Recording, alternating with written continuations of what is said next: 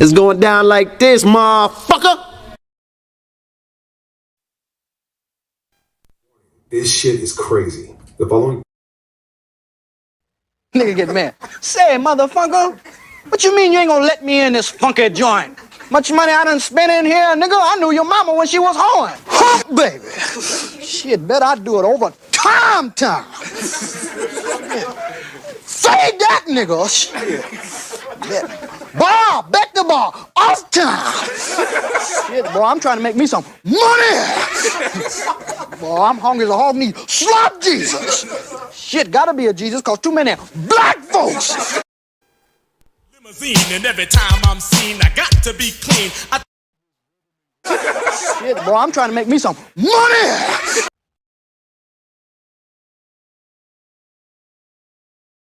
For what he has, he says that the only way that we can solve our problem is to unite together among ourselves, among our own kind, clean ourselves up, rid ourselves of the evils that we've become addicted to here in this society. And Yes, he destroy black boys. If you destroy him as a boy, he'll never become a man. Yes, he destroy black boys. Yes, he destroy black boys. Yes, he destroy black boys. Yes, he destroy black boys. If you destroy him as a boy, he'll never become a man. Your feet. He looked down, seen his feet. The nigga went berserk, killed the monkey, threw the bat out the window, start kicking that bitch in the air. Say anyway, but I will. The way quantum entanglement works is that you can take two particles, quantum entangle them, and then take those two particles and move them at any distance in the cosmos. And let's just say, for example, if you quantum entangle two electrons and you have them spinning in the same direction, and then you take one of those electrons and you shoot that thing out 100,000 light years from the original. If you then rotate the spin on the one electron, if you modify it so that its spin changes, the quantum entangled electron at any distance will simultaneously in no time switch its rotation also because they're quantum entangled. So these communication systems are taking advantage of this aspect of quantum mechanics that most people can't wrap their heads around, and this is what they're utilizing. It's just the new level of science that affords us the ability to communicate at any distance instantaneously. You don't understand. It's cool enough just being cool, like I am, chilling. Group of you together, you never can tell who's who. I've seen a lot of black guys, Nipsey, but you're overdoing it. Plus, I'm in love with a bitch I can't stand. I mean, TikTok. A lot of the white content creators on TikTok get all of their dances from the black content creators.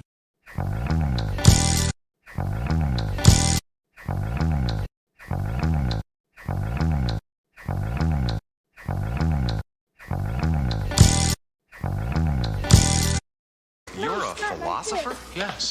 You're a philosopher? Yes. You're a philosopher? Yes. You're a philosopher? I think very deeply. I think very deeply.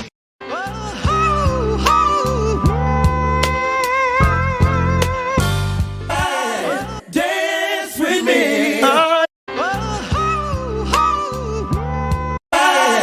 Dance with me. Dance with me.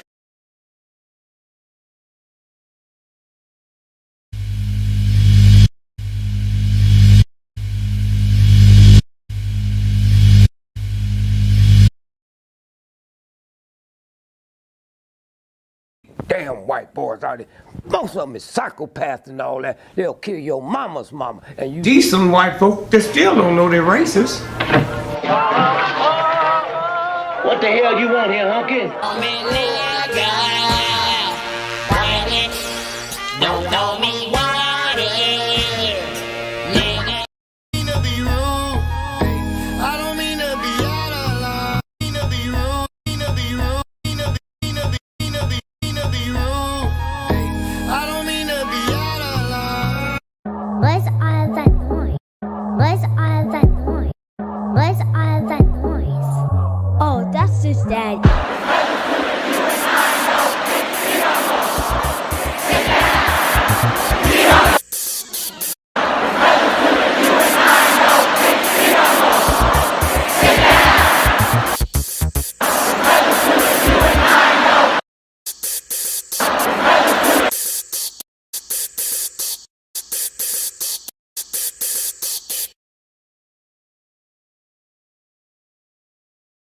Your lines are still open.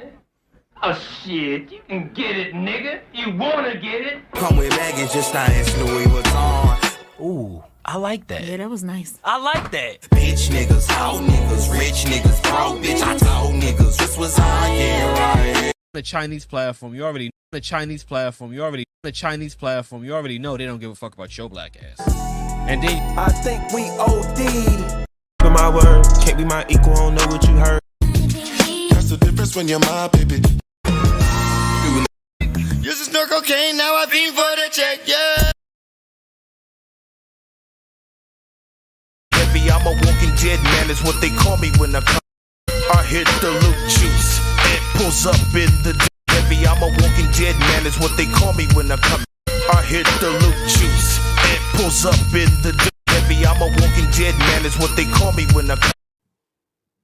I guess you go to the history of European civilizations. 250 years is how long they last before they implode, because of their greed, because of their violence, because of an inability to let others be, including themselves. If they didn't have brown and black people to hate, they would hate themselves.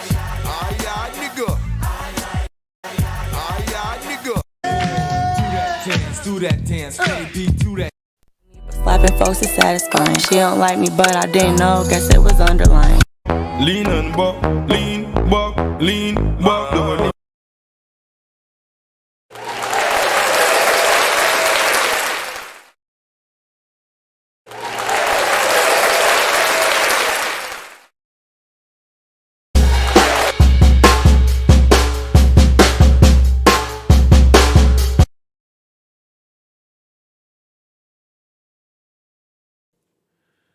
To the east, to the north, to the west, to the south, above, below, and the middle.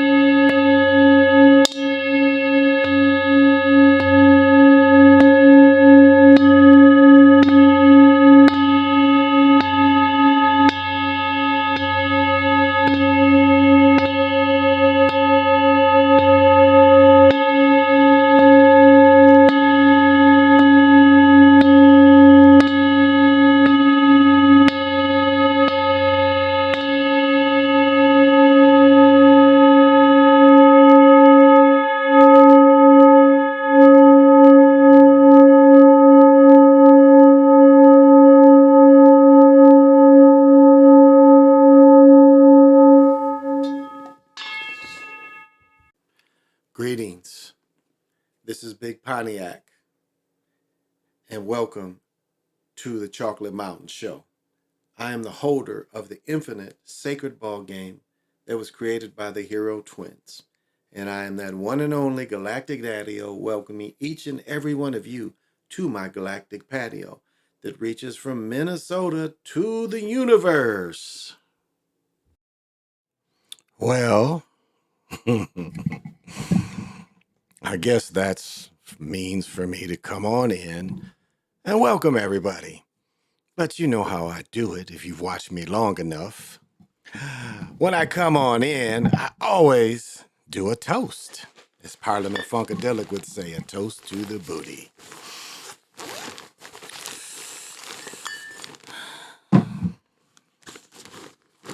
Again, I'm not going to let the party people down and let you know that I am still drinking the Great Lakes Conway. This is kind of getting on me. I love Castle Danger because it's a caramel beer, and this is a brown ale that's a caramel beer. So as you know how we go, pop 'em if you got 'em.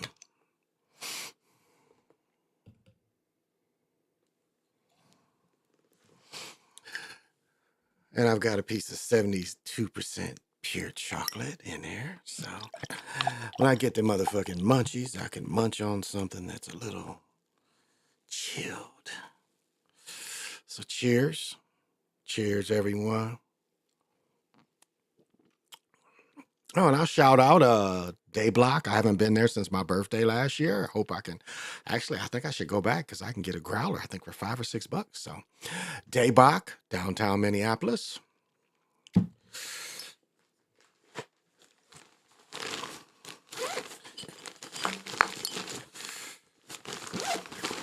And as always, I'm on the herb gummies. So smoke them if you want them. Welcome everyone tonight. This has been a most glorious day, a little cooler. Temperatures were much cooler than what it has been up here, but still can't argue, you know. Got to spend the day with my mother and my wife and my daughter. And we kicked it all day. My mother's kind of into modeling and remodeling, and so we brought her out here and got some pointers on how to put her stuff together. So that's what she did with us. So it was a beautiful day. You know, my mother's 83 years old, and so that she can up and get out. And a lot of things, like, well, since she's retired, the biggest thing is not interacting with people. You know, I mean, that's what people forget is like when we don't work sometime, we don't see as many people. Our world becomes a lot smaller, you know, when you don't go out and have to do as much. Your world becomes small. And for some, this gets lonely, you know, the lack of interaction. Oh, James Gant, thank you for joining me. I appreciate it.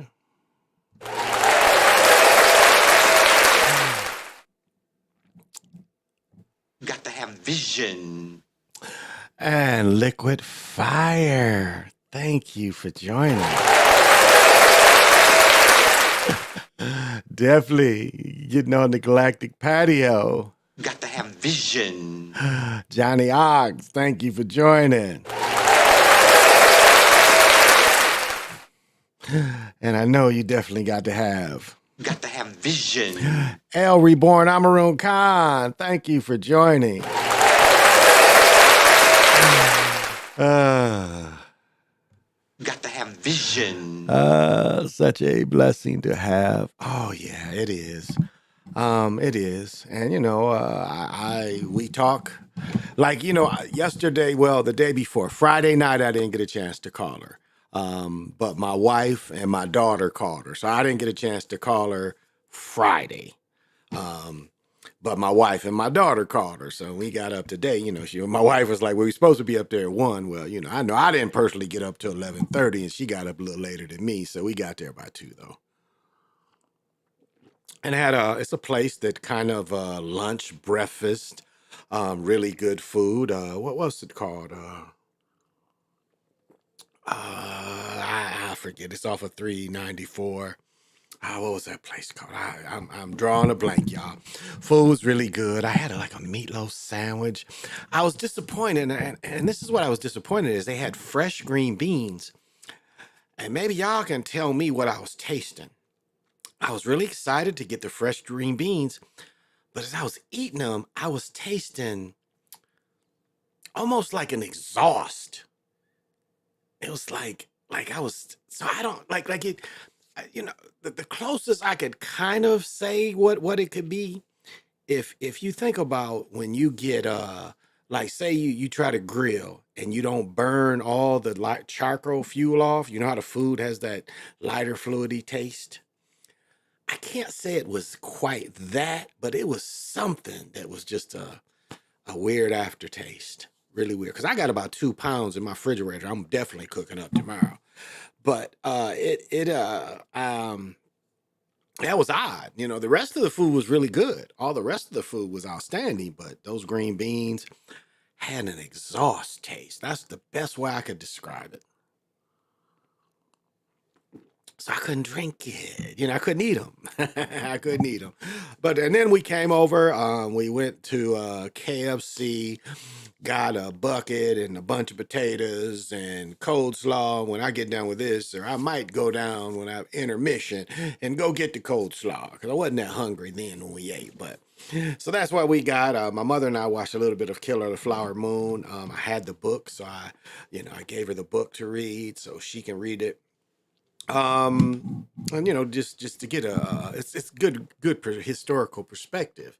And they didn't give Killer of the Flower Moon shit during the Academy Awards when she definitely should have won it for best actress. I mean, she gave a hell of a performance.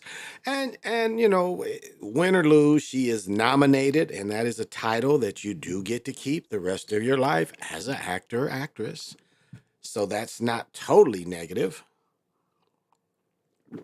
So, but remember, it's people like 3 6 Mafia got Academy Awards. So, how important is it really?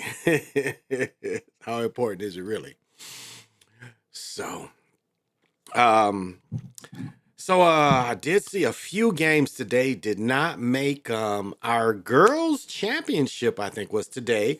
I think next weekend is the boys. So, I'm pretty sure I'm gonna go to some games next weekend to go see the boys semifinals and finals. I think that's held next weekend here. Now I was trying to see. I saw North Carolina. Okay, I saw North Carolina State won the ACC tournament. I still think Carolina's going to be really good going into it. Let me see. I wanted to see some results. Men's.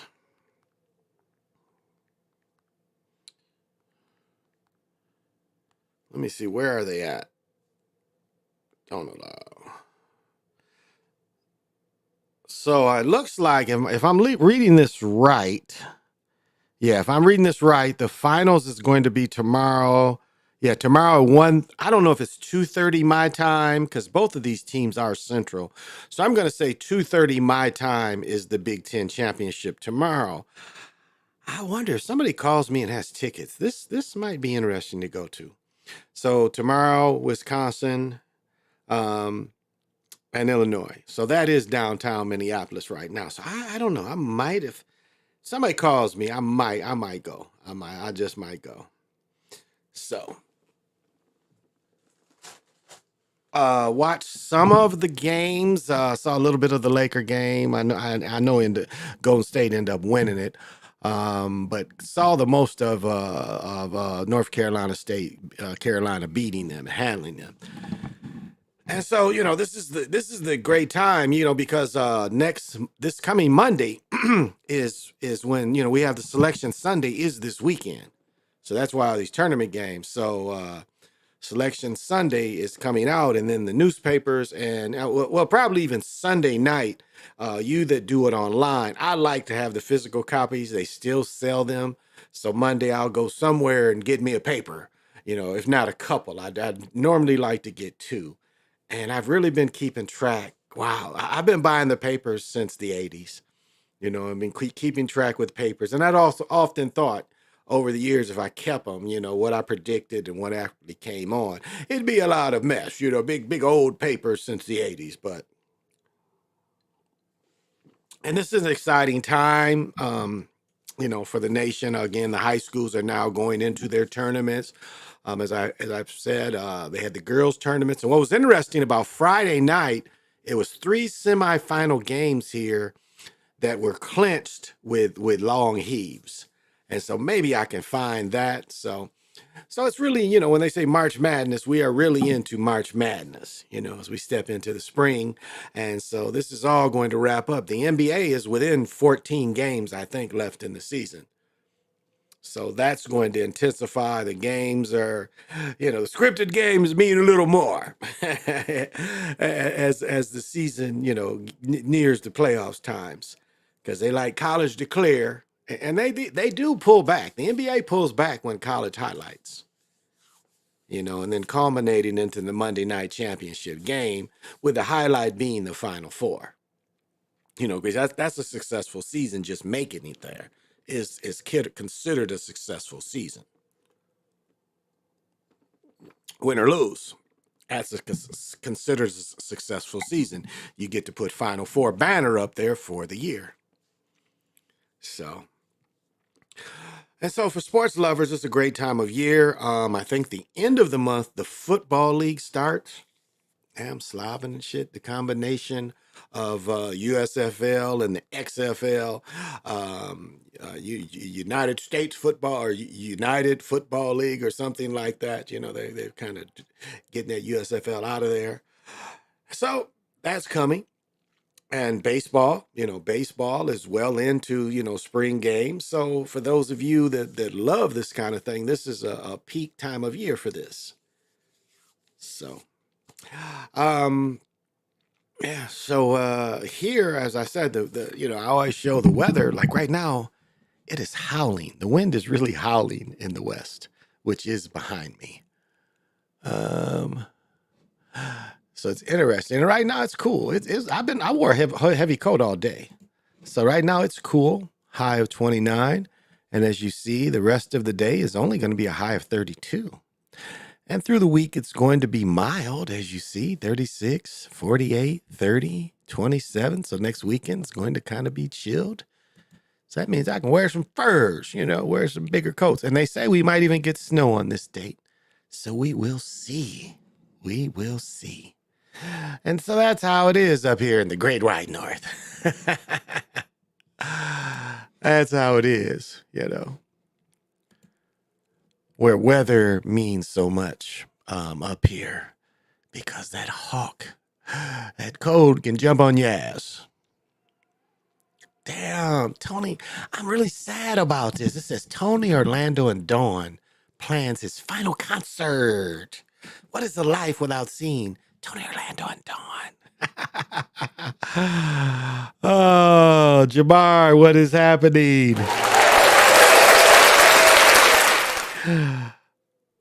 And I know you definitely got to have vision. Thank you for joining me. And it's like my family and even my mother more so than me. Like my mother said, when she was in a one room schoolhouse, and even when she went to, later to the high school, all she saw was the family. Like in the summer times, that's all she saw. She said she never saw European people during the summers because she was spending so much time on the family farms. And so, you look at life was pretty well segregated, and it was segregation by choice. Not set up segregation by choice. I mean, the family was so big, and like those. I imagine I'm not the only one. Like my first cousin, that was a year older than me, was probably one of my best friends in the year ever. One of my third cousins, I've known. We remember each other since we were 3 years old, and we couldn't have been any more older than that. We remember each other that long, and so we are each other's longest friend. She came to my wedding. She lives in D.C. She's balls too. It's like she just slid in and out. I was like, yeah, I love it, cuz. I love it. Thank you. Thank you for coming, giving me that support and that love. But it was like that was, that's how it used to be. It's just family. And your summers were filled of things to do with your family. Oh, there's my main man from Saipan, PJ Island. And I know it never comes. I never has to ask him about his. My bitches. You saying you can't control your bitches? What? Got to have vision. And I know he has all that. What's happening? Thank you for joining. Oh, the other news is they got rid of Fields. So now it looks like, Williams, who I wouldn't want to go to the Bears. The Bears have not put enough pieces together. I don't know if Williams is going to have a big enough bluff, or is the bread so big that, he's going to accept it. I think for Pittsburgh, it's a great move. They got rid of a dude that never really was going to be a number one. And I think it's a perfect. What I think Fields is going to like about having Russell there, and this is what they let down with it, where they really let Russ down, and again, Denver being foul, really. But where they let him down is Russ was really good at game planning with the offensive coordinator. That's where Field, I think, is really going to find improvement, to be able to game plan with a guy that's really been successful. I mean, really be around a successful quarterback. So I think Fields is really going to benefit.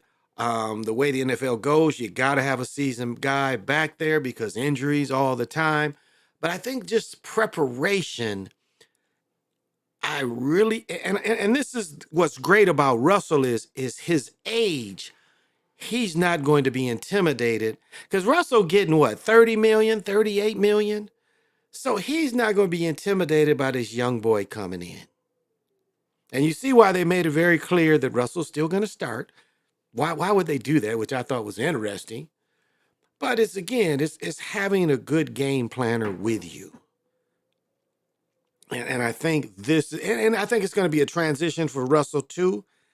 And I think Fields is going to get to watch and get to game plan with some really good professionals. Because I think Russell's hand is really going to be, because again, remember, Tomlinson is the defensive guy. Not to say he hasn't learned, but he's a defensive guy. So I think we're really going to enjoy Pittsburgh next year. I think Russ is a good fit, and we're going to enjoy it. I think we're going to enjoy as the season comes on. So, but yeah, so I might get my ass up and go to the game tomorrow. I bet there's plenty of tickets still. I guess we could look. I imagine there's still going to be plenty of tickets. But I don't know. I don't know if we're going to get up and go. I don't know if my daughter's going to feel like going. So we'll see. But it was good, to get my daughter and my mother together, which is really great, and just hang out, go out to lunch, hang out at the house, and they're all putting together our living room. And so, the crib is looking good. We're going to put in, the one thing we don't have is we're going to put in a backsplash in our kitchen. So we were setting that out.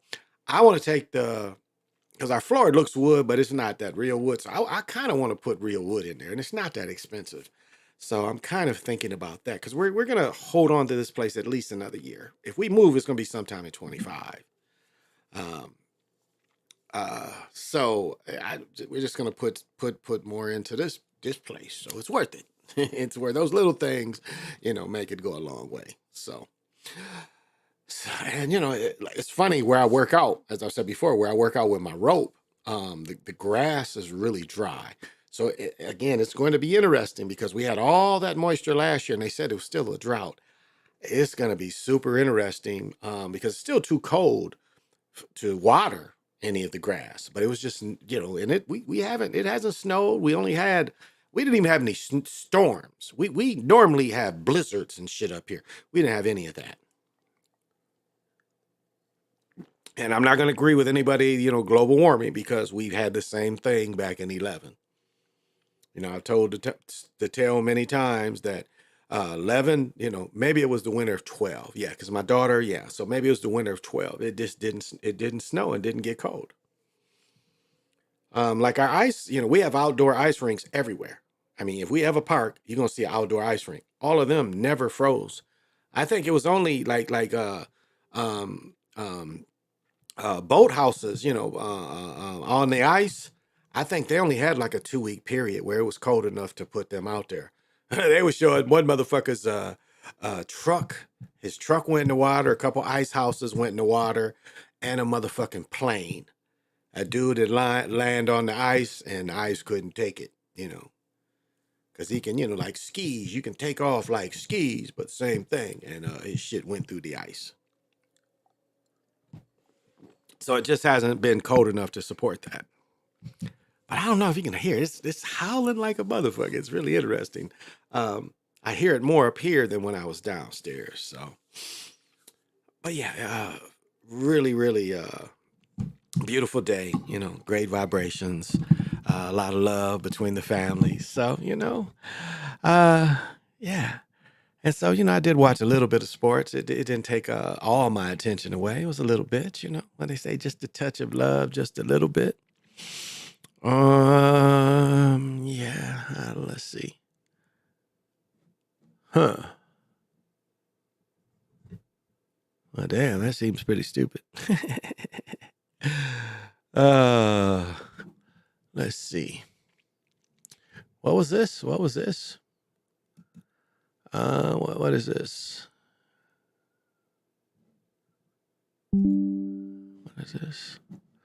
What happened to this motherfucker? Whoa.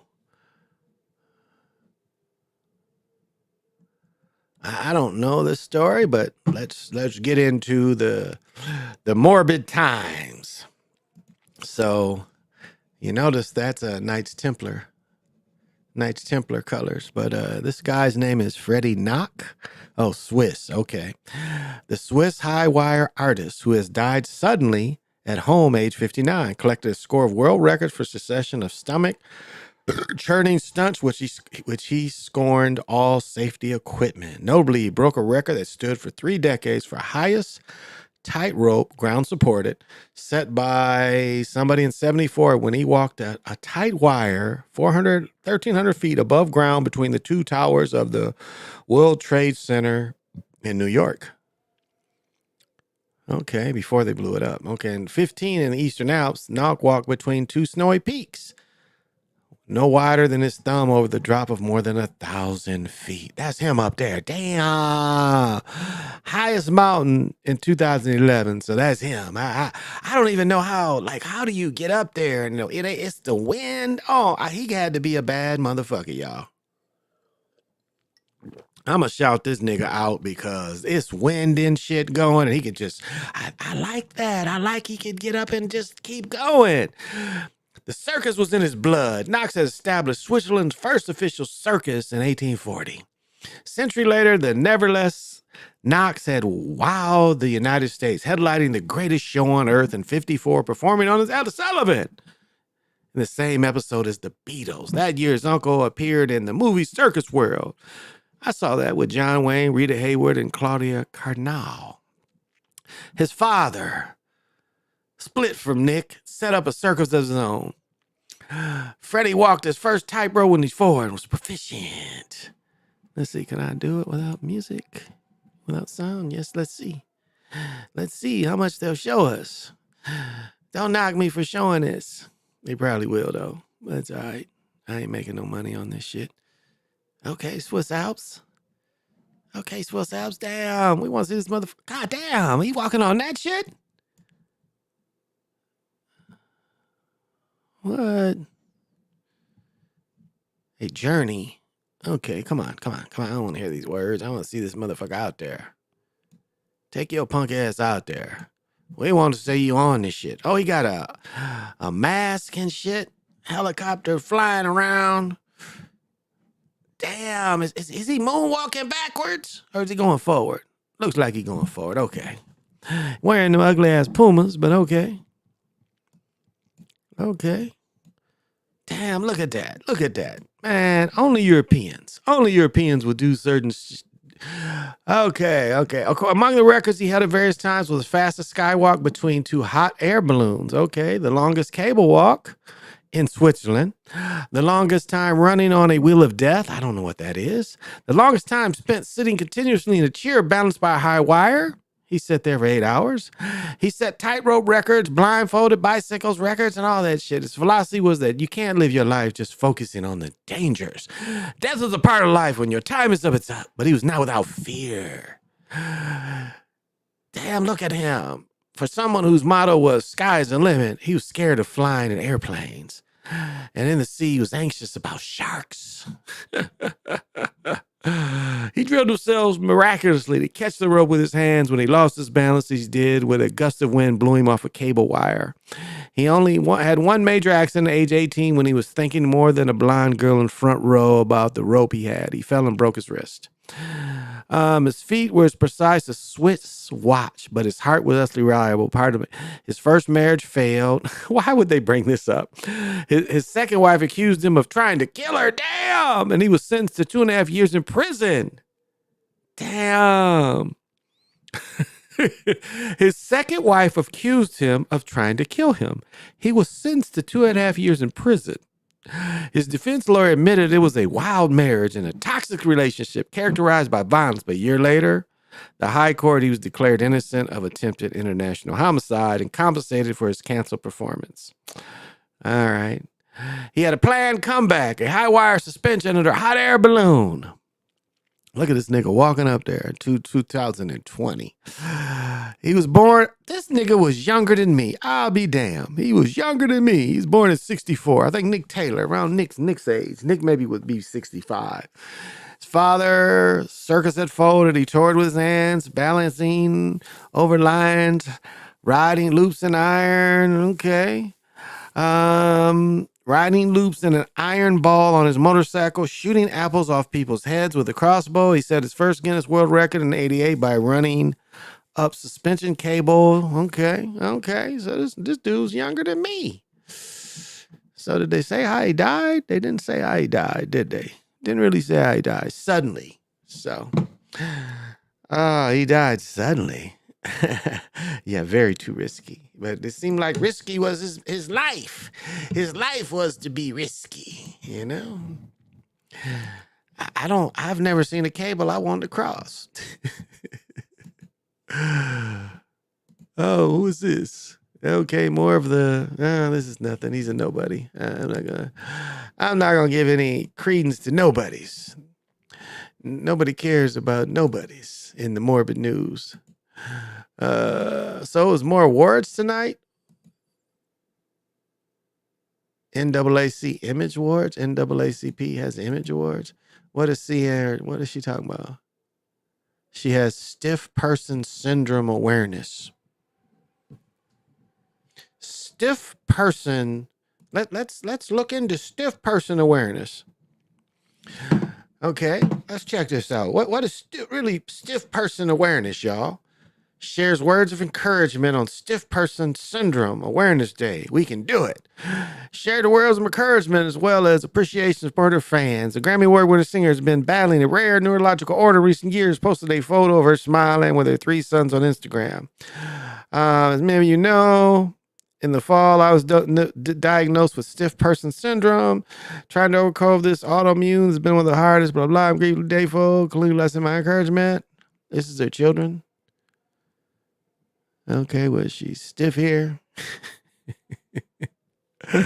There's a whole bunch of jokes I could make about this shit. Stiff person, you know. I don't know what that is. My heart revealed on social media that she been diagnosed with Stiff Person Syndrome. Okay. Stiff Person Syndrome. Okay. I wonder if it's the same thing as like having one of them plastic dolls or rubber dolls. Isn't that a stiff person awareness? Isn't that a stiff person disease? Like you put it in the corner, it just stays there. I don't care what it is. I'm not reporting to care enough what it is. They done made up some shit. She's like, yay, I am the face of stiff person awareness.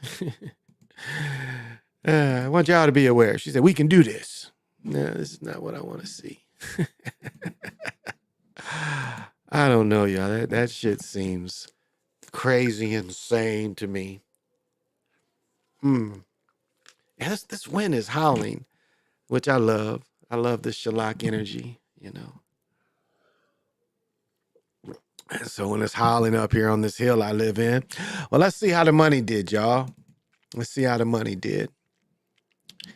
All right. So gold. Now let me see. We were up 288 here, and then we are down $8. So we were at 288 on the 8th, and right now we're at the 15th. What's the last date it's giving me? On the 14th, 267. And as the trade right now, it's still 21,259. And I said anything over 2,000 is gravy, y'all. My poor Ford, again, when I bought in, it was $5.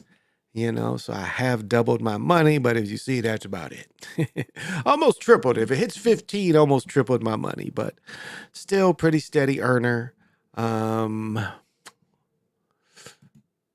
We see Ethereum, 3,500. And again, it wasn't that long ago. I mean, gosh, if you would have even the first of the year, look at this. If you'd have bought it right here, December 17th, look at this. Look at this. Look at the gain just from here to here. And now, look. So, and Bitcoin is down because I think we were at 67. Wasn't we? No, 73. It peaked at 73. Yeah. So You know, it peaked at 73, so now we're down 2,000. It lost $2,200, but it was up to 73 here. But from, you've seen a drop, almost 9 grand. So, that's the reality of it. You were up here, but you've lost about 9 grand if you go on this number. So and some people you could have sold here, you could have sold at 73. And then, rebought back at 66.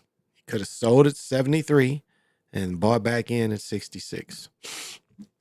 And that's kind of how it works if you pay attention. And you see all these other opportunities. It's only going to grow. This is the US one. Dollar. It's only going to grow. So as I said before, for all you people, one thing of being elder, I do give the advice that, if you have a 401k or something like that, it's only responsible to know where your money's going, everyone. You have to know what you're investing in. You can't trust them. We'll invest for you. I mean, they can't wait to see that. They can't wait to see that. Well, damn, this seems interesting. I didn't know about this. So that's why I say that. Don't blame me if you pay and you lose, or if you gain. You don't owe me anything if you gain. Don't blame me if you lose. It is putting this information out there that is possible for you to make money, though. That's it. All right. I have not heard about this. Ex-college football star, son of Texas A&M associate head coach, arrested in poisoning deaths of girlfriend and unborn baby. Oh, we got Ray Caruth. We got another Ray Caruth.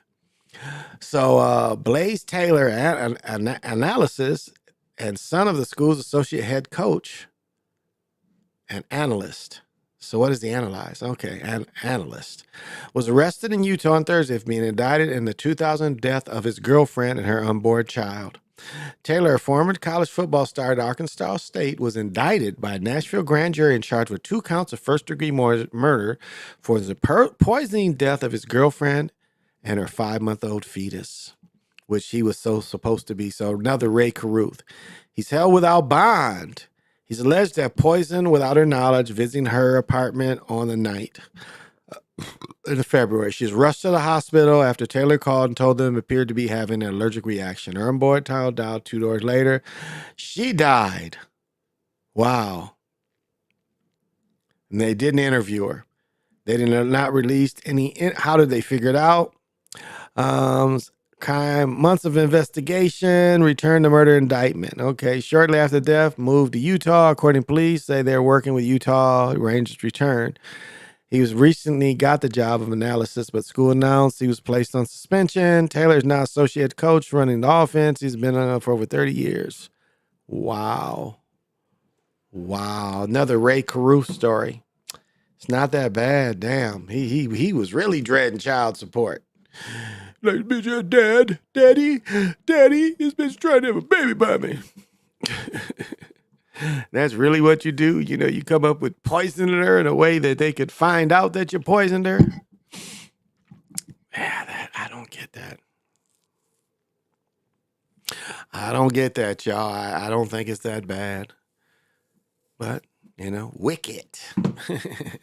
What's the evil is good. That is some wicked shit, y'all. No doubt that is the most wicked stuff. Because life ain't that bad. Dude, you making bread, what does it matter? What does a little more matter?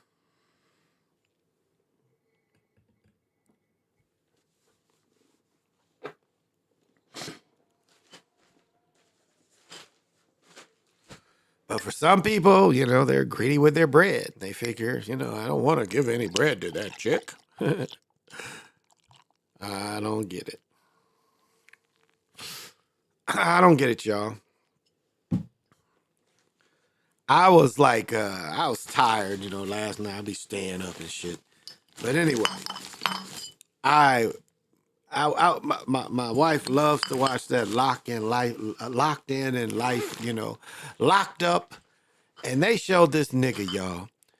This nigga, check this out. This nigga said he was a pimp, and he was in jail in Indiana, maybe Indiana. This nigga said they got a John or a trick, and the trick, they went to his house. And when they left his house, some kind of way, he said things got out of hand. And what came about is the woman he was pimping or working with, she shot the dude in the car. Now, I guess she testified that he pushed his body out. She got 30 years. This nigga got 50 years. Now, the chick was European, and he was 27-year-old. He's probably 26 when he did it. Now, part of his sentence seemed like kidnapping too, and maybe the dude, like at some point in the car, felt he was kidnapped, and the bitch had to pop him to stop him from feeling that way. But I don't know, because they kind of got dude for kidnapping too. They always want to make a motherfucker the mastermind, get people to tell. Well, he was the mastermind. It was his idea. But that nigga got 50 motherfucking years, which is life.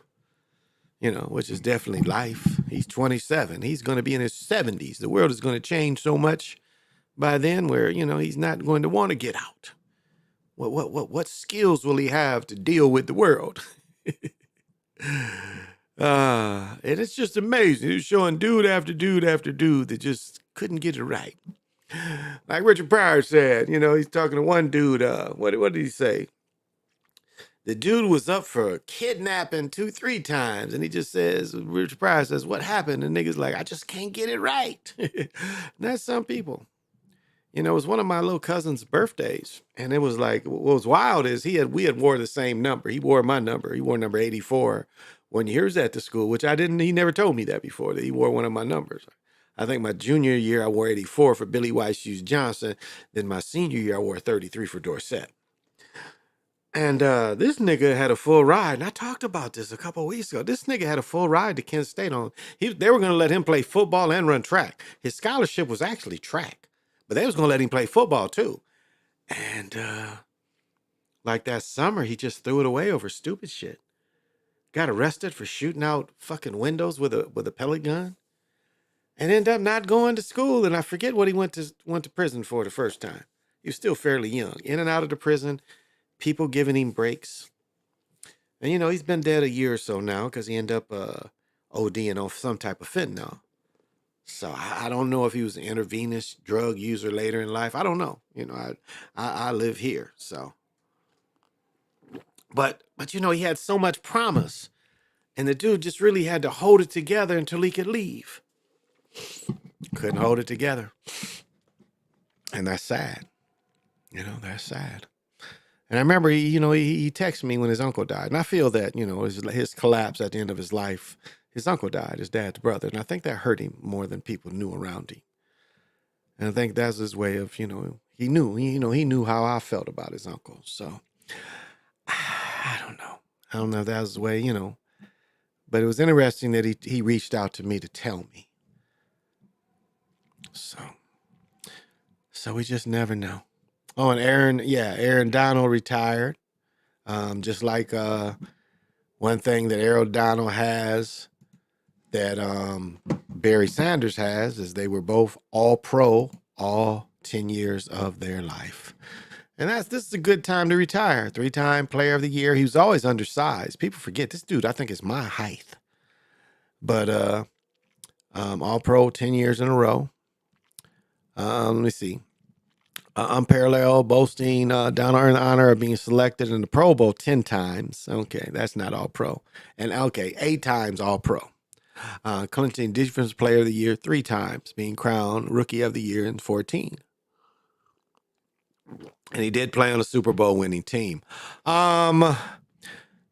This says first team, but those 2 other years, I bet he was second or third team all pro.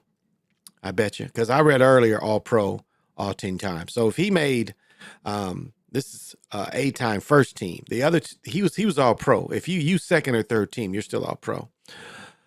117 sacks, 543 tackles for loss, 260 hits. As a whole, the Rams' career sack. Really? He broke Deacon Jones? Deacon Jones had less? Okay. Well, he plays a lot more games.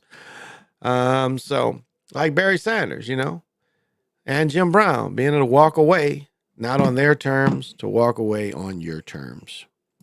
And again, pension, full pension. So why take the beating? Oh yeah, and this day, I wonder if he's still on the team. It says here, I saw this earlier. I wonder if they're ever going to pay him back for sacrificing his sister. Remember, his sister had a Lexus and she crashed in the sign and died. They say the Suns assigned him. So we'll see. He's only a 10-day contract, but we'll see how he does. But I was also like, wow, they tricked him into playing while he was hurt. Same thing was done to our RG3. Tricked him to playing while he was hurt. And ruined his career, no doubt. This beer is starting to be one of my favorites. Beer.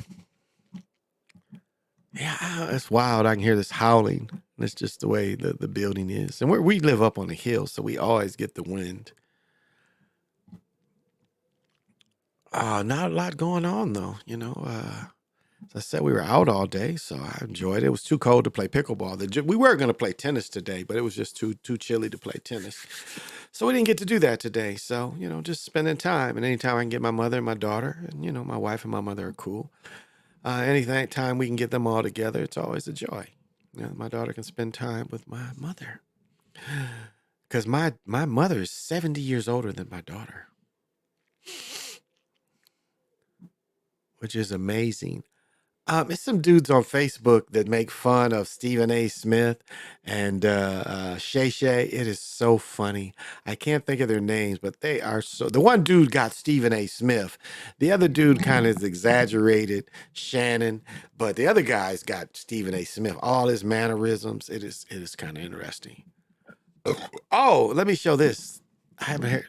let me show this. Let's see if I can get into this. I want to get into it, man. Moving, grooving, and you guys give me your opinion.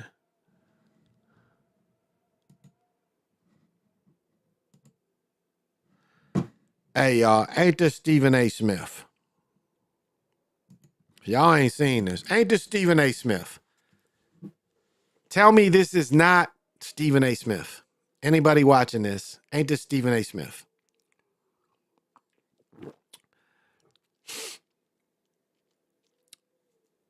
What y'all think out there? Ain't this Stephen A. Smith? Doesn't this look like him? What do you think? I think this looks just like him. I mean, it's ironic. Now, Stephen A. Smith is about 6'2" or 6'3", maybe even taller, 6'4". Then obviously this guy's not that tall, but look at that face. That's the same face. And I say all the time, people look alike. But when I saw this, I don't remember even where I got this from, but I saw this, I was like, damn, this look like Stephen A. Smith. And the person I got this from didn't even say it. Exactly. I mean, ain't it? For those of you who know this looks like this cat. Hey, Marcus the Great, thank you for coming in.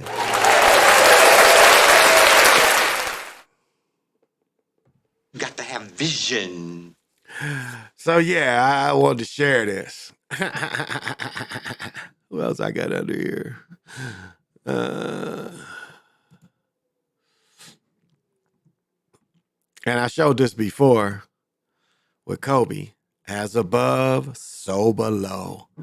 As above, so below. They're always hitting us with shit. Of course, the Beast took this one. Look at this magenta sky, y'all. I don't ever remember the sky getting this color. And this is before the time change, but it was like the whole sky as I drove home was this magenta color. And I don't, since I've been paying attention to magenta, I don't ever remember the sky looking like this. Now, today, I noticed the sky gave a really pretty yellow. You know, and that makes me think it was the sun instead of the simulator.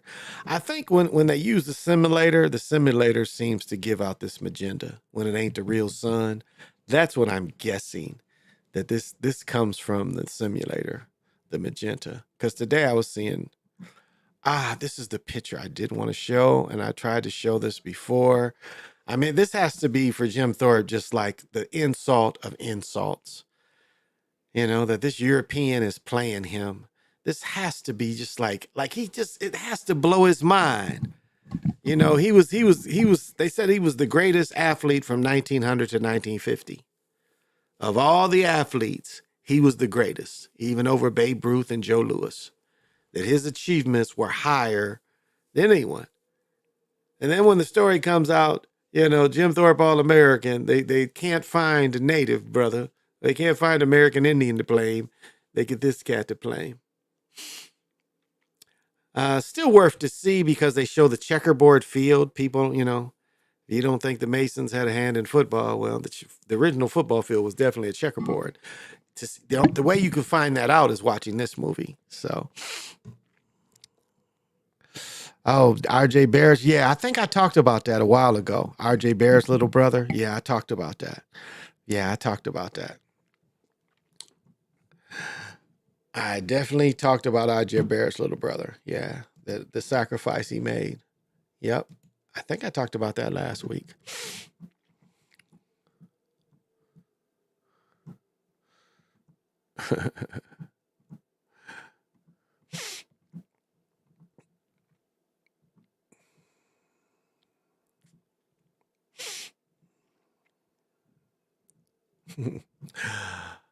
Oh.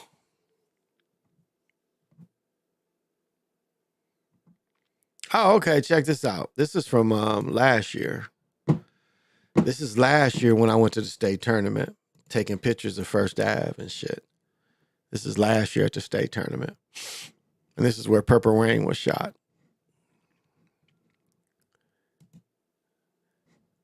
Where's the other? Oh, it shot me back to the beginning. And the other shot I got, which is so funny. Like, it's funny with these entertaining motherfuckers. They just won't die. Like, go away. We don't want to hear 80-year-old motherfuckers singing. Like, that Smokey shit was so funny. I mean, this is shit. This is a billboard. This is how desperate they are. And they can't retire either. It's like, you know, they really can't retire. They like, hey, nigga, you better go back out there and make some money. We're going to shoot your face up, shake your ass a little bit. Yeah, but why would that dude in his 80s want to do this, you know? And he's got a wig, Botox face. Why would you do this to yourself? At 80 years old, you want to stay in a hotel, you want to travel. And I guess there is people that want to, you know, they like getting down, but god damn. You would just think that at some point you would want to just rest and chill, you know? I mean, you would really just think that you would just at some point want to rest and chill. Oh, and I wanted to make the announcement. You know, the NFL season has started, so you can wear your NFL gear again. Today I had my Black Storm Vikings on all day, and you know, I'm looking excellent everywhere I go in the Black Storm Viking starter. So you can wear your NFL gear again because the new NFL season has commenced. So, this nigga fought tonight? No. I think the Timberwolves held on to win tonight too, because I know they were winning.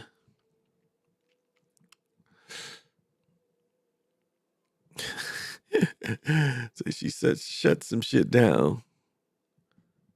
Canassus, that's a school, announces Weatherspoon would not return as men's basketball coach after 8 years. What the fuck is this telling me to stand up? Oh, I gotta stand up, y'all. It's telling me to stand up, stand up, stand up. I should have some music play while I stand up. Let's play some music while I stand up. Give me a second.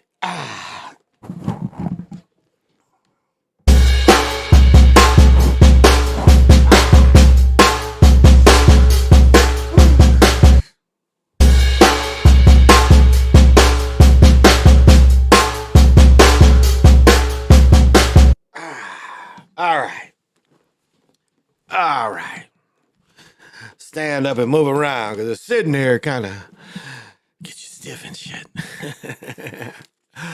All right. But yeah, I did see that when his brother died. I think I talked about that definitely last week.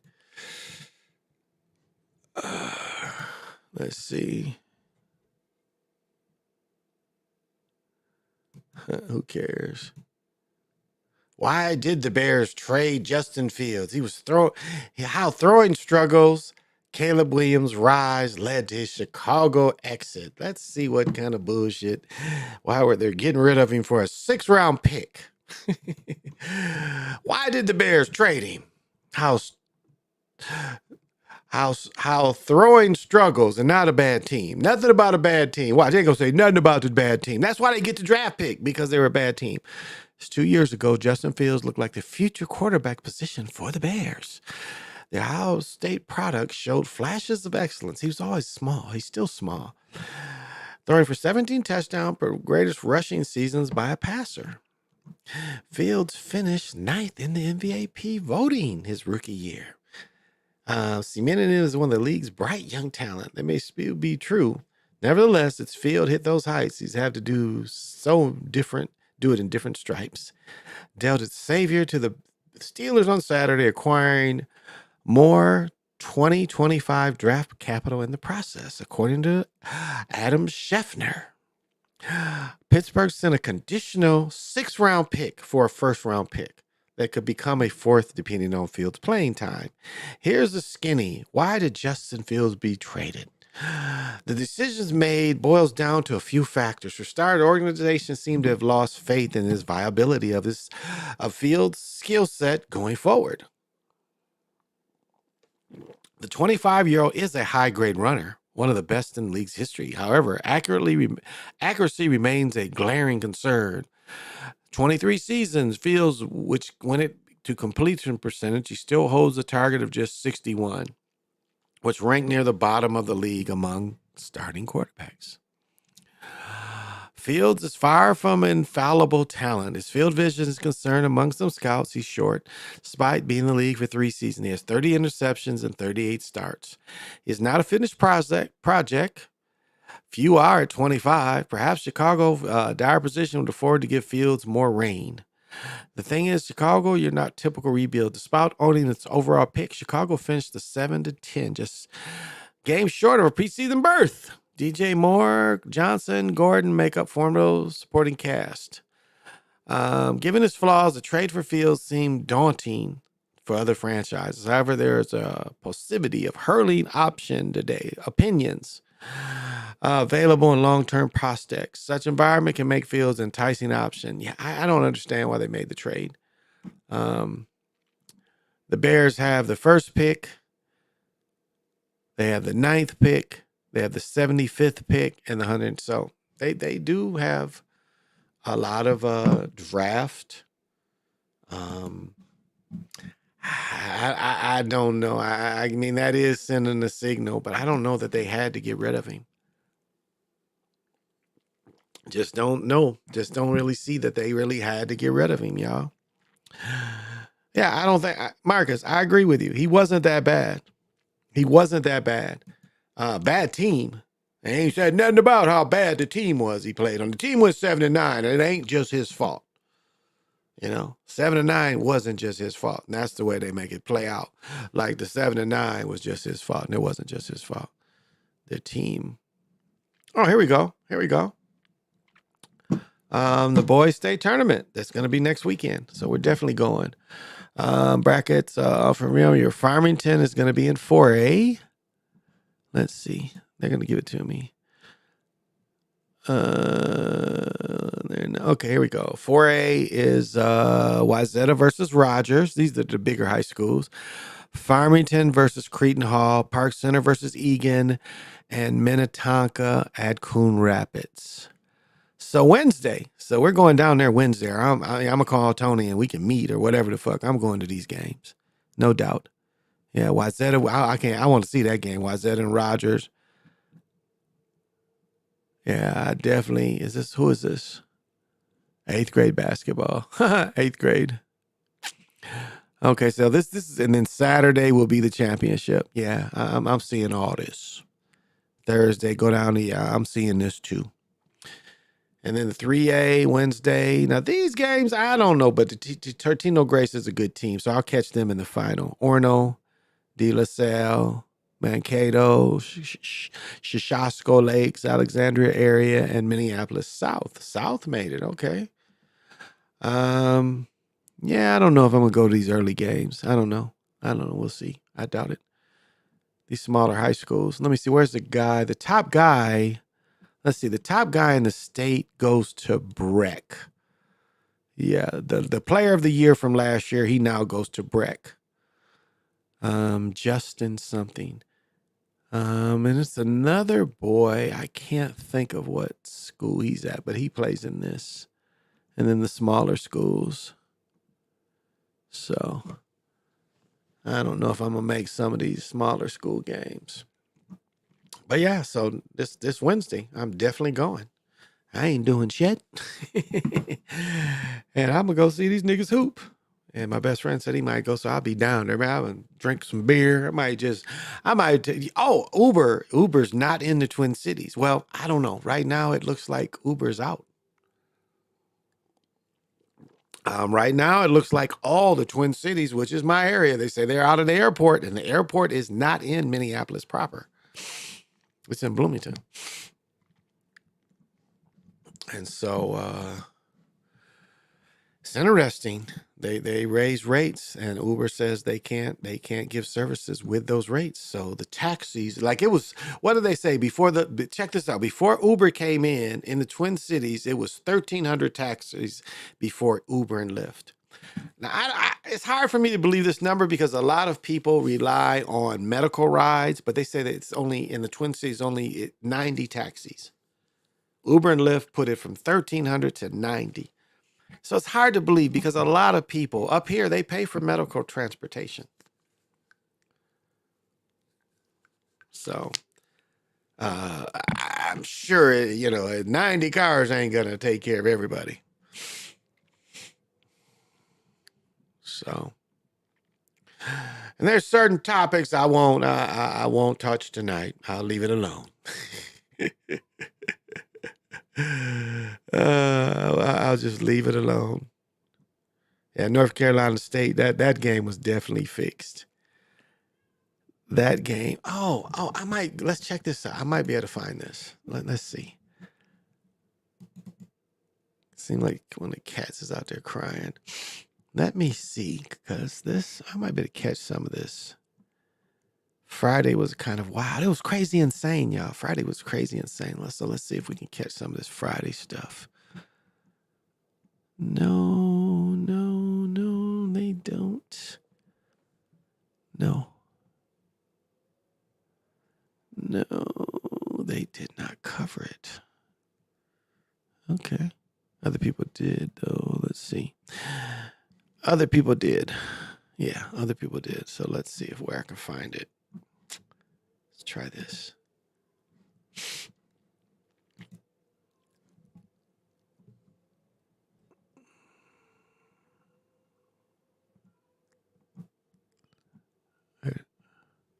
Here we go. I want to play this. Yeah. I want to play this. We had 3 of these. All right. And I've been in most of these little gyms. All right, here we go. How about this? Orono in double overtime tonight. Down 1, final seconds, and Nolan Groves hits from nearly half court, and that's the game winner. The Spartans win 86-84, knocking off Benilde St. Margaret's in double overtime, mind you, and it was the Section 6-3A championship game, so they are going to the state tournament. Congratulations to the Orono Spartans, and you got a feel for the Benilde St. Margaret. I don't think, let me see. Yeah, they don't have the other game. It was 2 other games that ended the same way. They made the state tournament on shots like that. 40 plus. Right, no matter what happens. Yeah, And like, you know, my nephew's team, they got beat down at state, but they made it to state. And that's a successful season.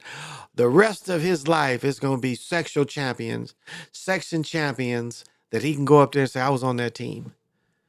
So they didn't cover the other games. They only covered that one. Let's see if I can find the other games here. See if Carrie Levin showed them all. Maybe not. No, this is the same one. Oh, no, this might show all of them. Let's see. Yeah, this might show all of them. This is better anyway. Better video, I see. Yeah, this might show all of them. This happened Friday, I think. I think this is Friday down here, y'all. Excuse me. Get a chance to stand up again. Train, plane, or automobile to get here. I'm talking about that Benilde St. Margaret's Orono game that we showed you at the end of the sixth that had not one, not two, but 3 buzzer beaters. This game is making international news. And watching it, even on the highlight reel, is not for the faint of heart. Am I right, Will? That's right, Jana. For basketball junkies like myself, you cannot beat the month of March. Madness for some, jubilation for others. March gives and takes away, but it always delivers. Fortunately, we ended up on the good side of that. Barry Wohler is a Minnesota High School Basketball Hall of Famer. 17 seasons as Orono's head coach, he thought he'd seen it all. Where does last night's game stack for you? Right up at the top. That is probably the wildest finish I've been a part of. Fourth quarter of a section final between the Spartans and Benilde St. Margaret's. Red Knights need a 3 to send it to overtime. My assistant coaches wanted to foul, put him on the line, which percentages play that way, and I nixed that. That went well. And he put it up, and I was like, well, no way, he makes it. And sure enough, it goes in. In the first overtime, Brady Woolley helped the Spartans answer with the second buzzer beater of the night to extend the game to double overtime. In double OT, the magic of March struck again. So they're at the line, and it's 6.5 seconds left. Plenty of time for junior Nolan Groves to create a memory he'll remember for the rest of his life. So as soon as I get out, I kind of look up at the clock, and I see 2 seconds, and I kind of just take 2 steps and launch it. And sure enough, it bang, bang. Take me back to the moment you shot it. When it releases, what's going through your mind? Do you feel like it's going? No, not at all. From my point of view, it's way right. So I did not think it was going to go in, but you know, I can't even really remember the moment. It was kind of just like tunnel vision. Next thing I know, the ball went in, and there's people all around me, and I'm. Okay, I thought they showed all the games because I saw one video where it was 3 games that had. Maybe this is it. Maybe this is it. So you know. So that's March Madness. That's March Madness for y'all. I've been in this gym before. Whoops. I've been in this gym. So, you know, your local. I think like Iowa. I was looking at Iowa's game and their regular season was done. I mean, this was boys. I mean, both boys and girls played at the same time. But I saw that the boys were done on, what was it, the 15th of February. I was like, whoa. So I don't know when their state tournament was.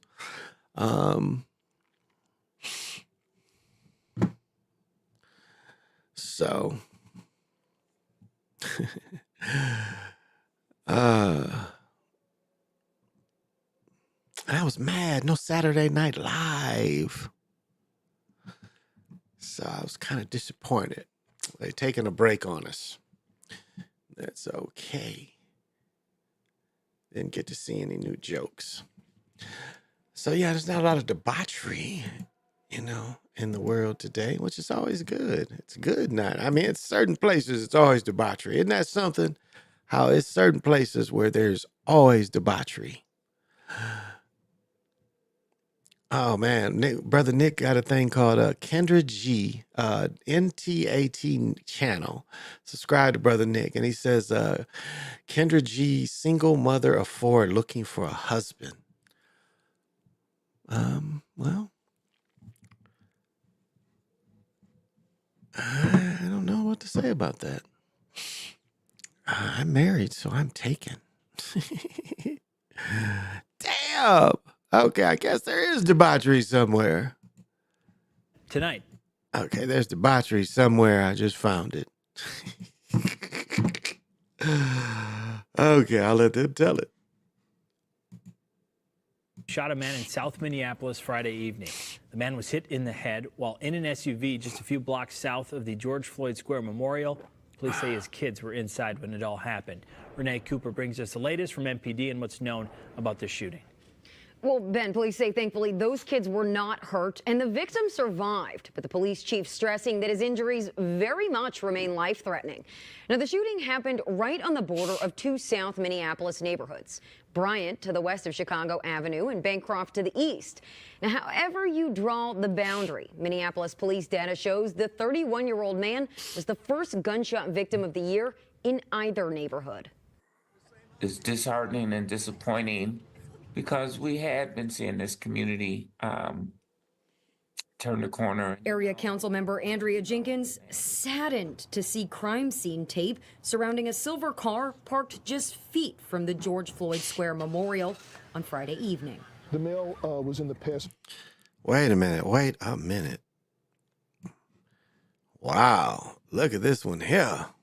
Whew. Look at her. Damn, is that magenta he's got on? He's got a all magenta outfit on. I want to see their backs. This nigga's got on all magenta. You know, they must know something. Wow. Okay. I'm sorry. Evening. The male was in the passenger seat of the car when he was shot. And then the female that was with him drove him and the children to this corner here. Minneapolis Police Chief Brian O'Hara says this is where the 911 call was made around 5 o'clock. But the shooting actually happened a few blocks south at 41st Street and Chicago Avenue. Chief O'Hara says the 31-year-old man was there to meet up with people he knew. Now, it's funny. I've showed this. It's shit in this area. But like these houses here, and I've showed these houses before, but these houses here are roughly I would say 150-ish. And you got pretty decent houses. These are bigger than these two, but these are 150,000. Even over there, I would guess 150,000 or less. This is the smack dab hood, the south side hood, not the north side hood. But I mean, think about that. You know, like if you only could be qualified for $100,000, $150,000 loan, and this type of house is all over. This is not a bad. Like I know this design of this actual type of house, and it's really a nice designed house. If I know local architecture, so this house, but this house is still probably where it's at 150,000. So it's not, I mean, you got to be working class people unless you're renting this shit. It's cut up and you're renting this or you're renting these, so it's socioeconomical like a motherfucker. Old man was there to meet up with people he knew, and then a quote altercation occurred, and the man was shot in the head. O'Hara tells us the woman then drove up to George Floyd Square, where officers met up with them and started CPR. He says the woman and the victim's two kids were not hurt, but they were in the car through it all. The father of two children were shot right in their midst, shot in the head, which is a very traumatic. This is one of the council members, and it has a stocking cap on because this person is bald. But let's go. The mother of those children was driving the car. And so it's just a really tragic situation. I don't know their ages. They appear to be young. They appear to be toddlers from what I'm told. According to Minneapolis police data, this was the third shooting victim at the 41st and Chicago intersection since 2020. A gunshot victim was reported in April of that year. And then another one was reported almost exactly a year later in April 2021. And that was it until Friday evening. This community has been so impacted by the murder of George Floyd. And George Floyd. We're really trying to move, and we won't let this tragic event set us back. Now, Chief O'Hara says police do have leads on possible suspects, but no arrests have been made at this point. Well, debauchery. That is debauchery. That is debauchery, y'all. So I guess they did have some debauchery. And this didn't even come on my local feed, which I don't understand. I should have stayed there. Let's see if I can go back. Tonight, police are still looking for a suspect. Let's go back. Let's subscribe to them and let's go to them. They seem to, yeah. Let's see.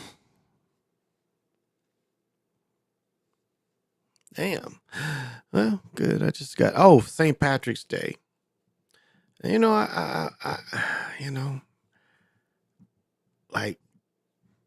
for melanated folks, it's not something to celebrate. As I said before, St. Patrick was another Columbus. He did the exact same thing Columbus did. He herded up the Twa.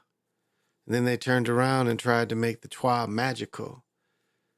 Because the Twa led them to the gold. And I imagine there was some type of wealth they took from the Twa. The leprechaun is the Twa people. And so, St. Patrick, we're celebrating a genocide. So I'm not trying to rain on anybody's parade, but St. Patrick's Day, just like our Thanksgiving, this is basically the same thing. We're celebrating genocide. So I don't know, is that good, bad, or is that what we call neutral? Is it good, bad, neutral? I can get up in the morning. I love corned beef is one of my favorite things. There's a place next door, pretty close. We went there the other day. That they're playing. I can go get some Miller Lite, probably Bud Light, Miller Lite make green beer. I don't know if y'all old enough where you used to they would have cases and 6-packs of green beer. Anybody old enough to remember that? Where you could get your own green beer and you could take it home. Most bars had green beer. It's nothing just die, nothing to hurt you or nothing. But yeah, and as you know, I have, I was thinking it was Irish, but now I'm studying and it seems like I am related to the Napoleons. And what was his name? The sword fighter, Dubois.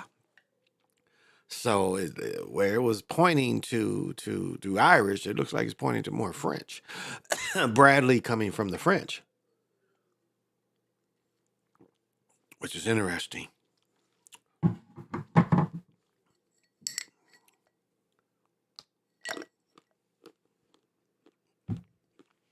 I love chocolate.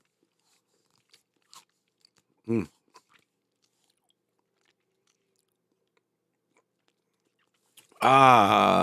want a good corned beef sandwich in Cleveland? Okay. Oh man, I love Reuben's. I love Reuben's, and like Reuben's when you can get Reuben's in French or ranch. No, French or what else is it called? Russian. Russian. You can get a Reuben with French or Russian dressing, which is sweeter than the motherfucker, but it's good. Like that's what Reuben is what I get most of the time when I go out. I get a Reuben. That goes back to me and my dad when I was younger. That's but so tomorrow, I mean, literally where we ate Thursday night, maybe? No, it had to be Friday night. Yeah, Friday night, that's what we ate. I watched the games. I was watching all the games. We was kind of in the sports bar. But like I live minutes from a mall. The small mall is near me. And that is part of the mall. It's where Applebee's used to be, but Applebee's ain't there no more. They couldn't make it.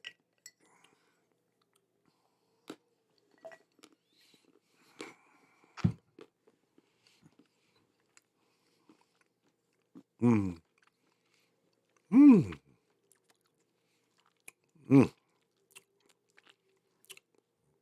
72% chocolate. Most people, that would probably be bitter to me. It's overly sweet. Like the morning when I make coffee, I just dip that 72 or 86%, but the 72 is sweeter. So it's like, ooh, that in coffee tastes so good. It is something that I really dig.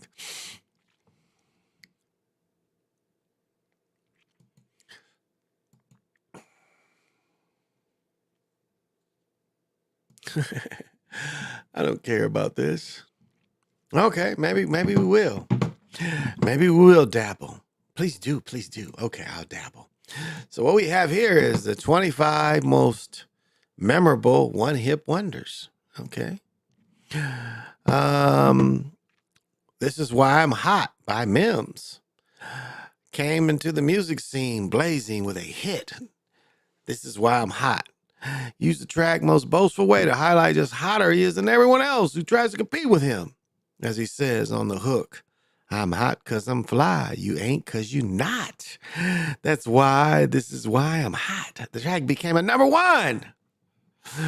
Okay. But then he fell off. Who's next? Oh, choose.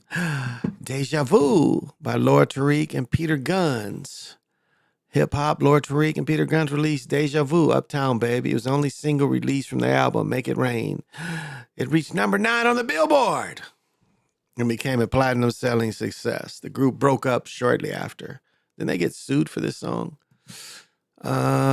Supersonic motivating rhymes that creating, and everybody knows that JJ Fad is devastating. You know something that you'd like to play.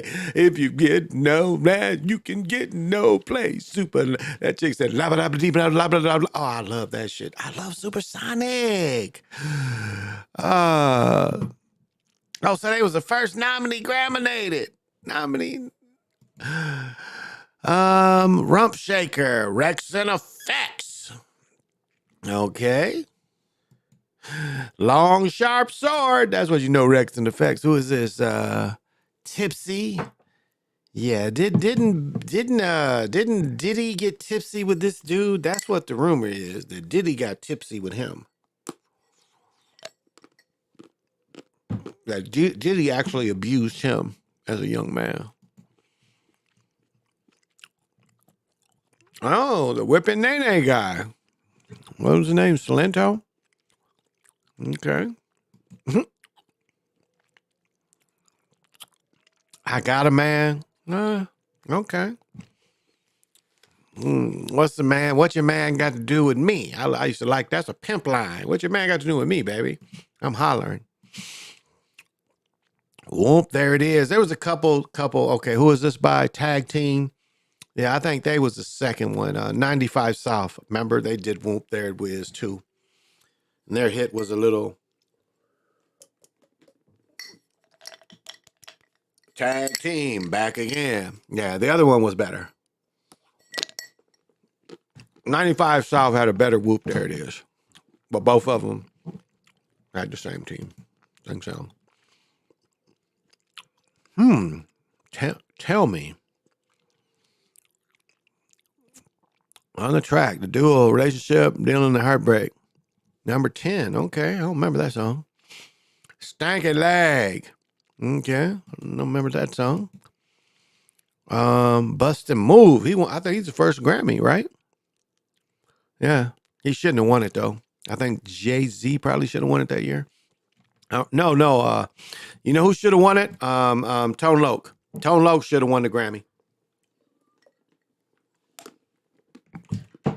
Tone Loc and Wild Thing should have won the Grammy. He won it over Tone Loc and Wild Thing.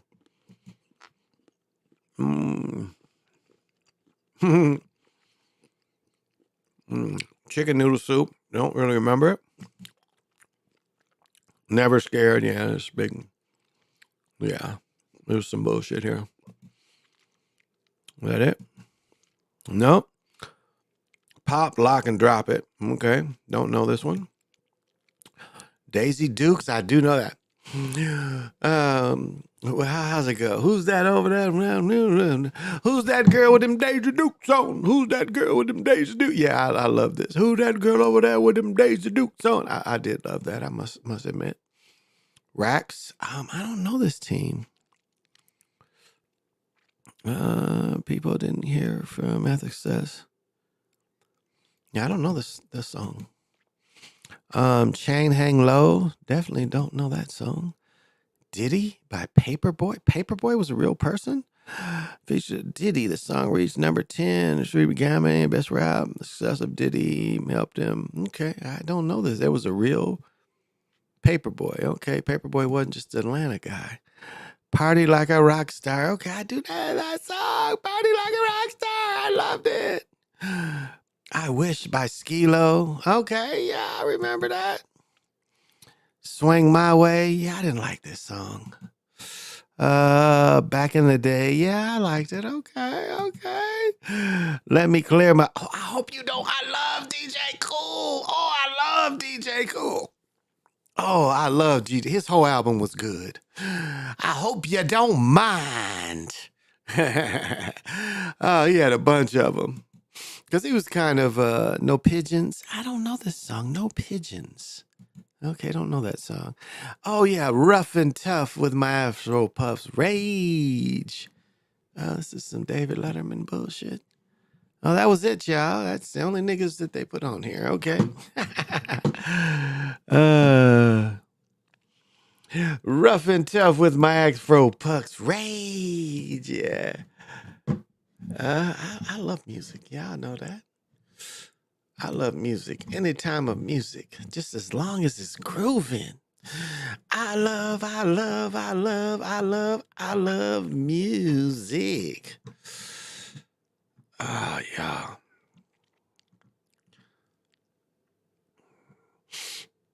It's interesting, as we're going in and like as I I contemplate on things.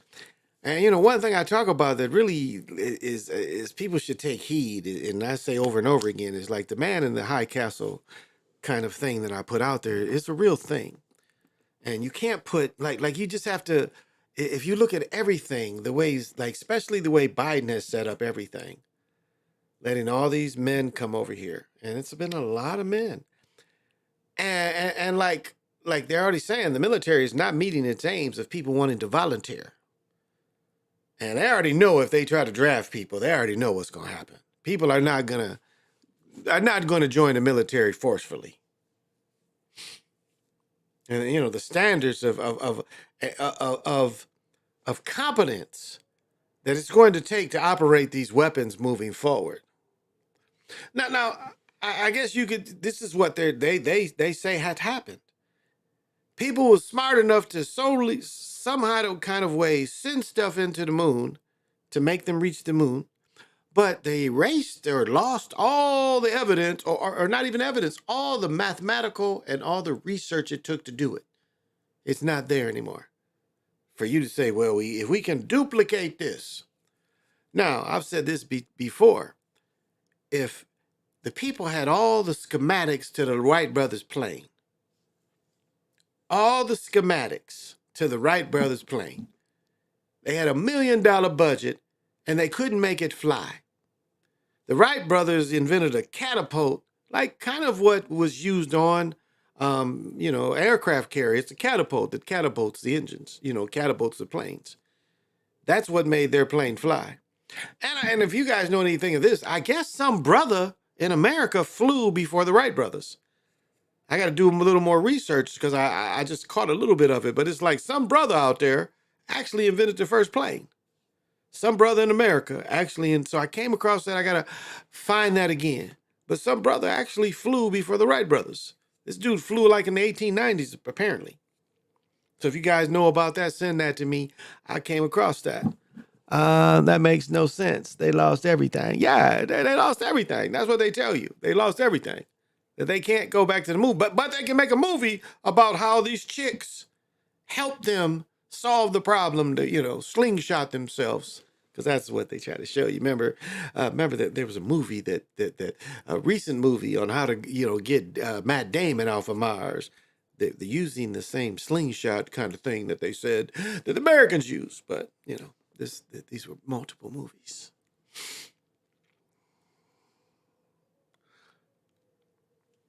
So, and that's why it's funny. I was listening to a dude, remote viewing and saying he's seeing shit on the moon. So I'm like, okay, all right. Yeah, it's probably shit up there. Yeah, I don't doubt that.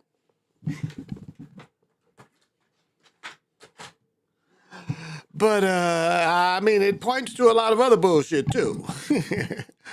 A bunch of unbelievable shit, The more you see it, the more you don't believe it.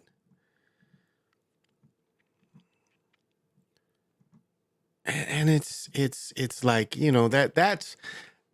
that's the biggest hurdle to clear. It's like you get tied into all the unbelievable shit they come up with. That's the hurdle. It's people that just keep diving into things. Like when you're young and impressionable. Like my thing was always, and I think it's kind of a little bit from my mother of reading Malcolm. I read Malcolm's book fairly early, but knowing, the suffering he got. And then, of course, being of the age, Kennedy got killed in my lifetime. Kennedy, King, Malcolm all got killed. Bobby Kennedy all got killed in my lifetime. Murdered, like straight up murked. Murked like they was in organized crime. None of them in organized crime. None of them had ever threatened somebody with great bodily harm. Yet all these people got murked, supposedly. So I guess you could, get into what my interest was. And what drew my interest into studying about Kennedy and all these other things, and to go down these trails that are freely left, these breadcrumbs, and that's what woke used to mean, that you woke up from the illusion of this being real. Doesn't mean liberal. Woke now means liberal. Didn't mean that all the time. It actually meant waking up from the illusion of all this being real. That's what, the showing the sports, the crookedness and the fakeness of the sports. And so, of course they can change, any of the words. And I harp on, especially, the parroting spells. I've preached about that for years and years. Don't talk like people around you. Here's a perfect example. Yeah, how do I say this? Okay, I'm going to say it the only way I can say. So, somebody's name I just mentioned was on a show with some other people. And one of the people mentioned a parroting spell. One of the people started saying a parroting spell. All of a sudden, one of the other people, let me set it up better. So, one person starts narrating, brings in another person, but the main person's narrating. Then he brings in the third, and the third person comes in and narrates and gives his thing, starts saying a parroting spell. All of a sudden, the first person who, before this other person came in, he talked for a long time, and he didn't give a parroting spell. Okay, do you understand? He brings in the other guy. This other guy 3 times said the parroting spell. The other guy starts repeating it. And I know if you ask him about it right after, he's like, I didn't say that. But that's how people easily it is to program other people. Now there's some people just want to be agreeable, so they repeat people that they admire, the way they talk, I guess, and their phrasing and their parroting spells. I don't know. When I heard it, I kind of laughed. I was like, wait a minute, dude, you've been talking for 15 minutes and you never talk like that.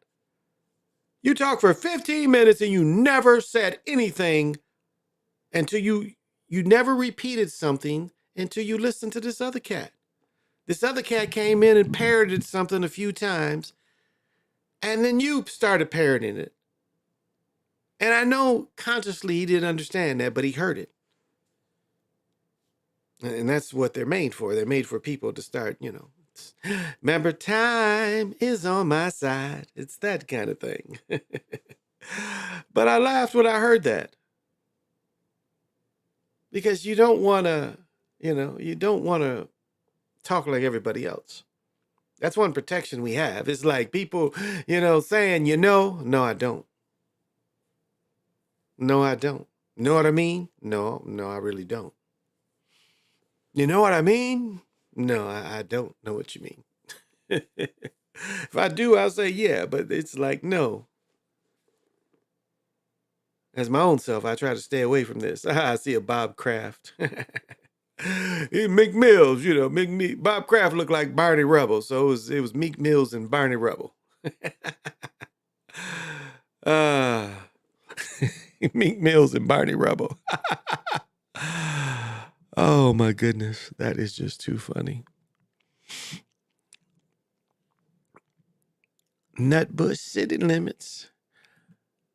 Oh, man. You know, I think that, what is the movie called? Magical Negroes. I don't know if I'm going to see that, because it's somewhat like that. You know, like when they look at like how can I put this? How can I put this? Okay, to make this really stick, how can I put this? Like this thing on Magical Negroes. And then we got movies where Will Smith, and you know, we've got the magical Negro through history and movies, and the European always benefits, you know, and the magical Negro kind of disappears. And so we have that. And so it does seem like if this thing is there, like this thing is turned on the melanated folks. I mean, it really has. It really seems like, how can I say this? It really seems like it could be part of this. And it's like, you know, when they say your own people, your own spirits kind of do things to you. That's what it kind of, that's the feeling I get from even looking at this kind of thing. It's like, well, others, and I know my brother hits hard on this, it's like they came over here and twisted a lot of our things. Again, a lot of times they'd come over and conquer us and show us your gods. So they tried to, you know, break these spells and stuff.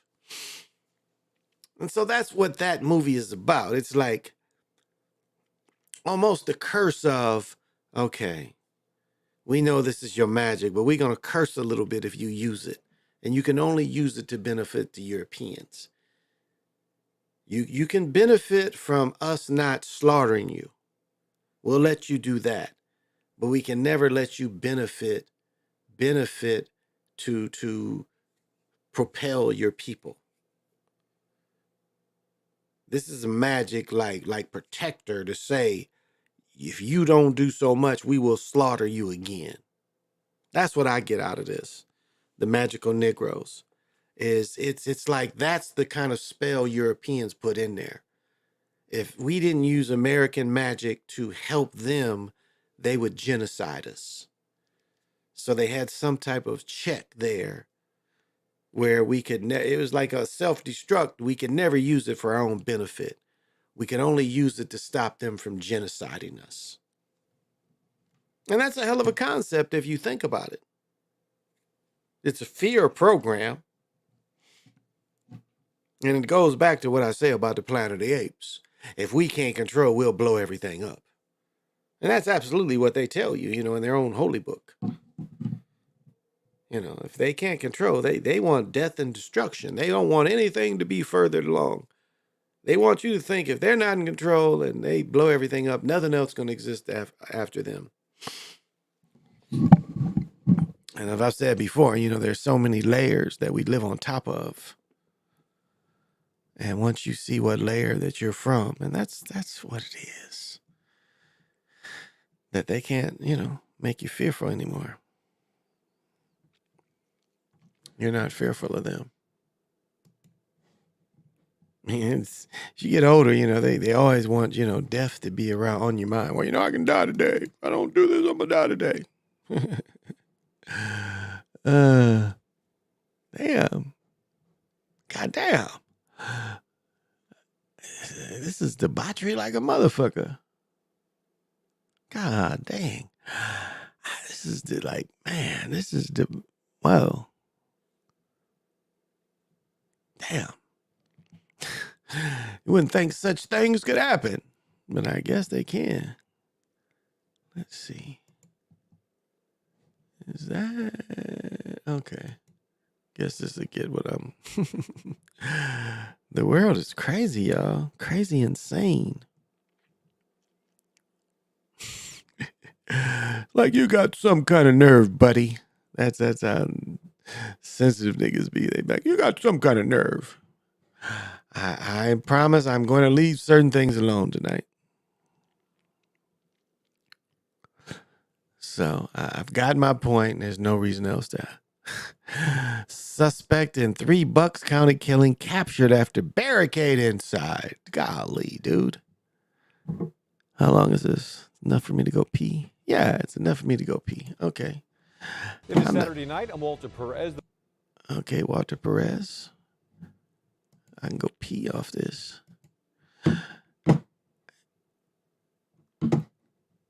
So, give me a second. I got to go pee, so I'll play this crazy story.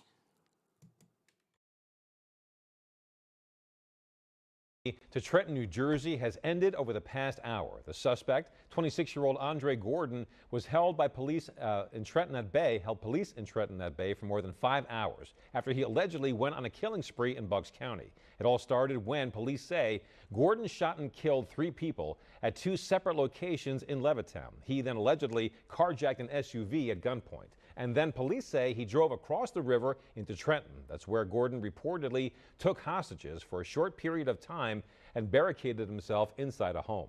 We have live team coverage tonight with Action News reporters Charles Watson and Brianna Smith. We begin with Charles in Trenton with more on this tense situation finally ending. Charles.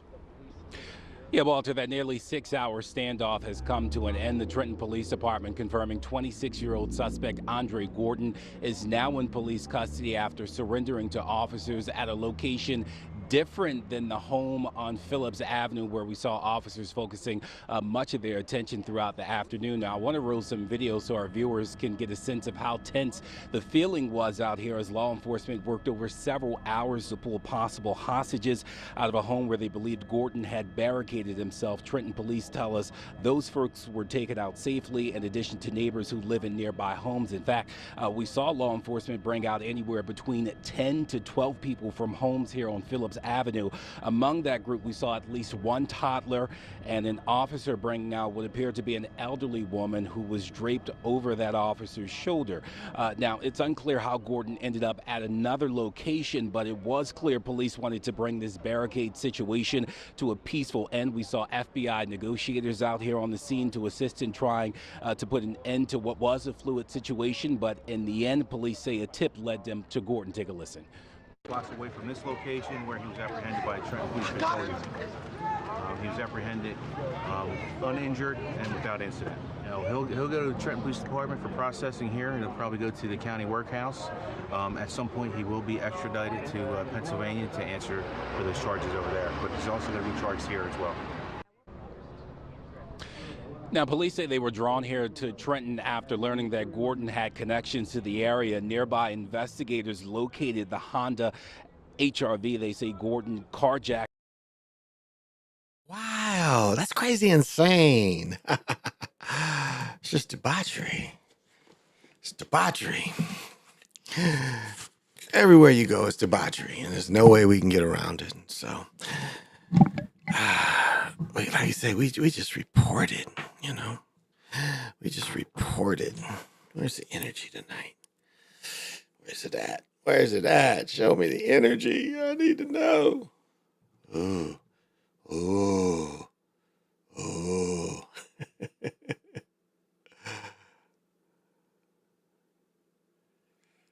All right. Thank you so much. I feel it.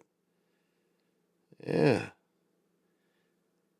See, this just ain't divination. This is just connecting to, something that can show motion. Just be joyful that it works with you. You dig that your energy is doing this too. That's how it is with magic. It ain't like I dream of genie, which is I dream of gin. That's what they don't tell you. It's I dream of gin. And how positive is that I dream of gin? Most people can't handle that. Hey, but they try to tell you what it was straight up. I dream of gin. And if you read any of the Quran, they ain't with the jinn. They look at the jinn as they're like demons. The desert demons, though, at that. So, but there's some, that like bringing that around them.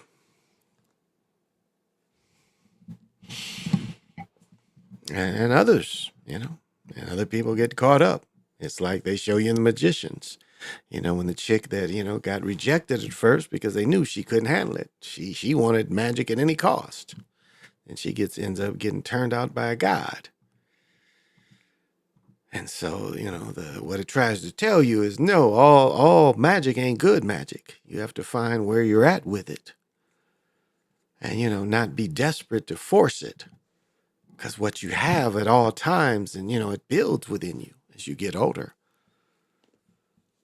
And you do things that encourages the magic, whatever it can be.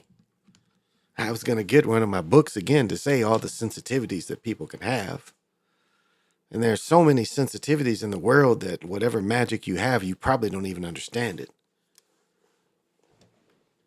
And even me, everything that that I experience and I do. I mean, I can even say the same thing for me. Yeah. And so for everybody, it's learning about, what you're capable of. And what you produce and what your spark is to the world. And it's like if you look at If It's a Wonderful Life, what they try to show you is, what the point of it is like if you wasn't in the world, look how many lives it affected. So good, bad, or in between or neutral, you still mattered. And that's a hell of a point for a story coming out of the 30s. That's really, a type of Christmas spell or holiday spell, but it's a great point that you mattered. It may have seemed like you didn't matter because you failed at certain times. And that's when, when they tell the life story of it, they show that, when they're most down, that it appears like they didn't matter. But when you look at the whole story, your whole story, that you mattered to somebody at some point in your life, you did matter.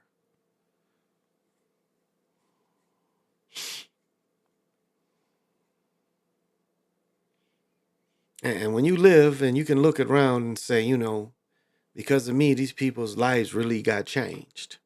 That's a good feeling. Like I say, my first wife, even though everything, the way it worked between her and I, we had 2 beautiful children.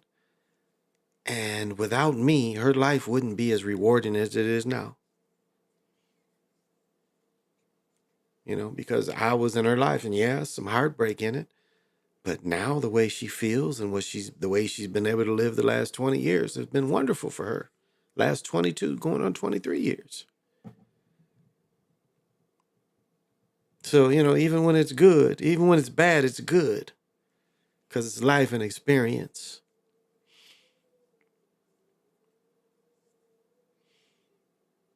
And so there can be good of something that didn't really work out. And for her, it definitely did. Like my daughter, last time we talked, she said, thank you for the people that you're connected to and that you connected me to them. And that's something I did the minute they were born. Like, hey, here's another one. And, people pick and choose. They can be mad at you. And it's fucked up. Like my father's family and his wife. And his wife is the one with the money. Really. My father's kind of going through Alzheimer's. But it's funny how, they get mad at you. They mad at your certain children. They ain't mad at all of them, but they become mad at a certain one. It's just, it shows you how phony people can be. People you've known all your life. It just shows you how petty, too. How petty they can be. And that they will take out things against people that have nothing to do with it. And make them, not that the people suffered, because my children didn't suffer from fucking with them. Now, there was one time that their gifts really helped. But by the time we kind of fell out, it was like, yeah, I don't really need your help anymore.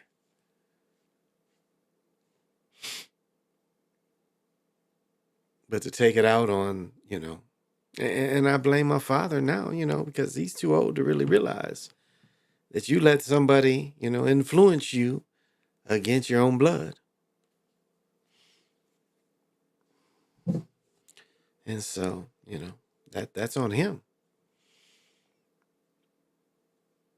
So, his wife can't take all the blow because it ain't all hers. Some of it's him. And whatever his weakness is to, that suggestion. And I'm not a perfect nigga. Anybody can find out about me and look me and make anything like Eminem, when he already knew. It's not hard to find out my my plight. You can look anybody up. You know, like when I would rob people, I robbed people that deserved it. I cheated people that deserved it. And that's really, you know, how it kind of goes. You know, no one that I did business with that I had to get over on, they deserved it because all the people they cheated. I just gave them a little bit of what they had been dealing out. Now I get mad, I get emotional about some things, but I ain't got no enemies on here, you know, when it comes to this thing. I talk shit, but it don't mean it's enemies because I talk shit. I just have my own opinion. That's all. Doesn't mean I'm trying to set up some battle and want to talk about a motherfucker and motherfucker talk about me. It ain't that serious to me. And so I don't come from any act of superiority or act of narcissism. I just come in from being me all the time. Like if you sat with me, you'd get the same thing as I'm right here. It never changes. Like some motherfuckers come on here and really do act. And I know I call this a show, but it seems, you know, I do have to show up. So I guess it is a show because I'm showing up.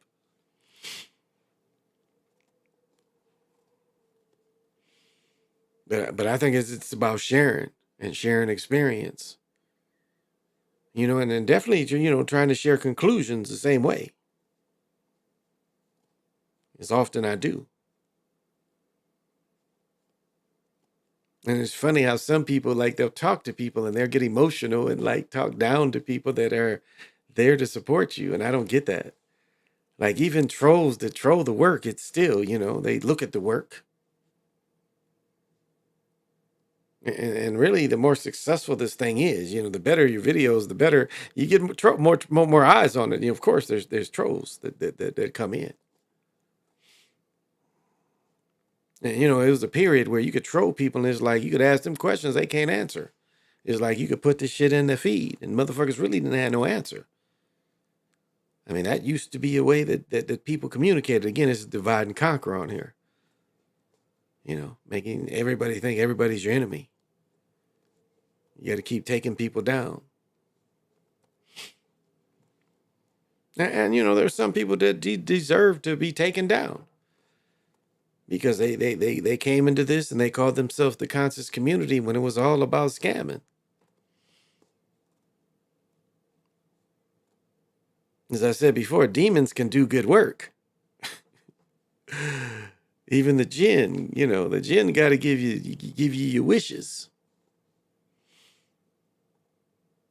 So it ain't like demons is just doing negative things. They can't, you know, what do they say? You attract more things with honey than poison.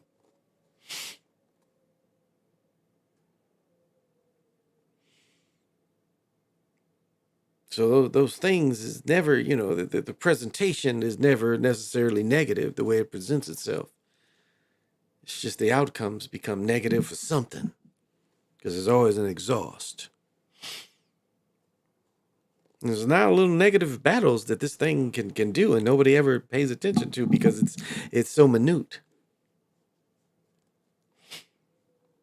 But yet the people that it happens to, it's not so minute.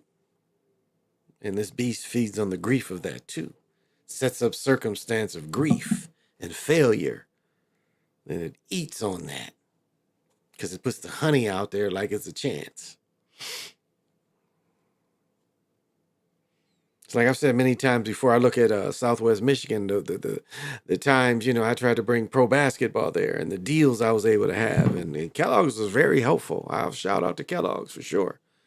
I mean, they were going to give me not only their arena, but all the marketing. It was really a super deal to bring, you know, pro basketball to Battle Creek. And all I had to do was buy two 24-second clocks. And all the marketing and the place, I didn't have to pay for none of that. It was such a great deal. And then the other people to put the teams together for a league, it was only like 5 solid teams. And so, of course, it failed. And, you know, it was like I had done many things like that. It's like by the time somebody came to me and said, man, looks like we can get this girl league in another city, I was like, man, I'm done with this kind of thing, trying to put this together. And then, you know, a few years later, someone was able to put something together. And everything that was promised to me, they was able to benefit from. And it just, you know, sometimes just timing is just like timing.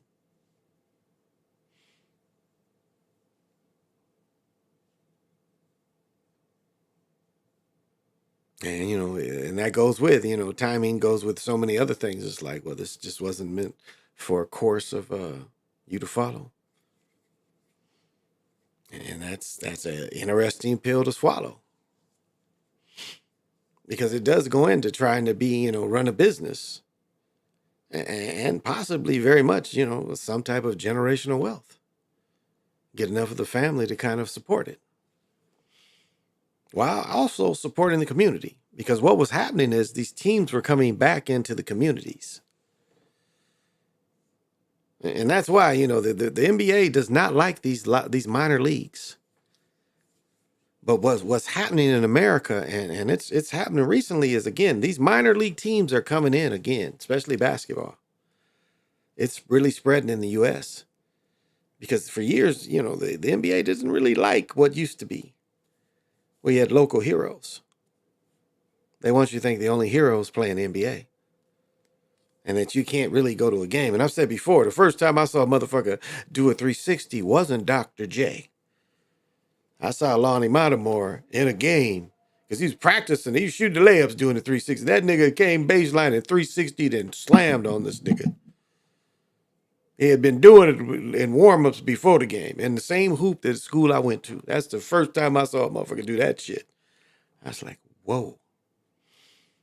So it was local heroes. And we're seeing these leagues pop up again, you know, not just the G League, but other opportunities for people, which is excellent. Which is excellent, that you ain't got to go live in Europe and get used to some fucked up food. Like I show you, I look at them shorts on Facebook of people in Britain, and it be a lot of ugly chicks in Britain. And I'm sorry, Britain, whatever that I watch and it shows your nightlife, it'd be like a ton of ugly chicks. So I think more prettier people live in America, unless you go to Wisconsin. I have a beautiful cousin in Wisconsin, but she's from Mississippi. But she lives in Wisconsin, but it's a lot of ugly people in Wisconsin, and I'm sorry about that. If you're listening to me from Wisconsin and you're not born there, then I'm not talking about you. But if you are born there, look in the mirror and see if I am talking about you. It's just jokes, y'all. It's just jokes. It's just jokes. That's all. What is this? 7 arrested in burglary ring that targeted South Florida Asians. How could you tell the Asians from South Florida? It's kind of funny. It's like, hey, look in the car over there. There's some South Florida Asians. I think we can take them. They're soft. How does that kind of happen, y'all?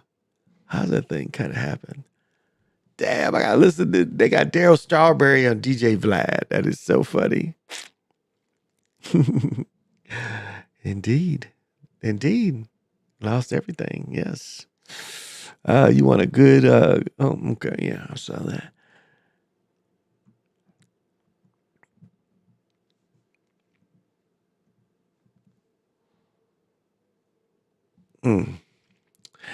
Yeah, the world is really funny and really weird.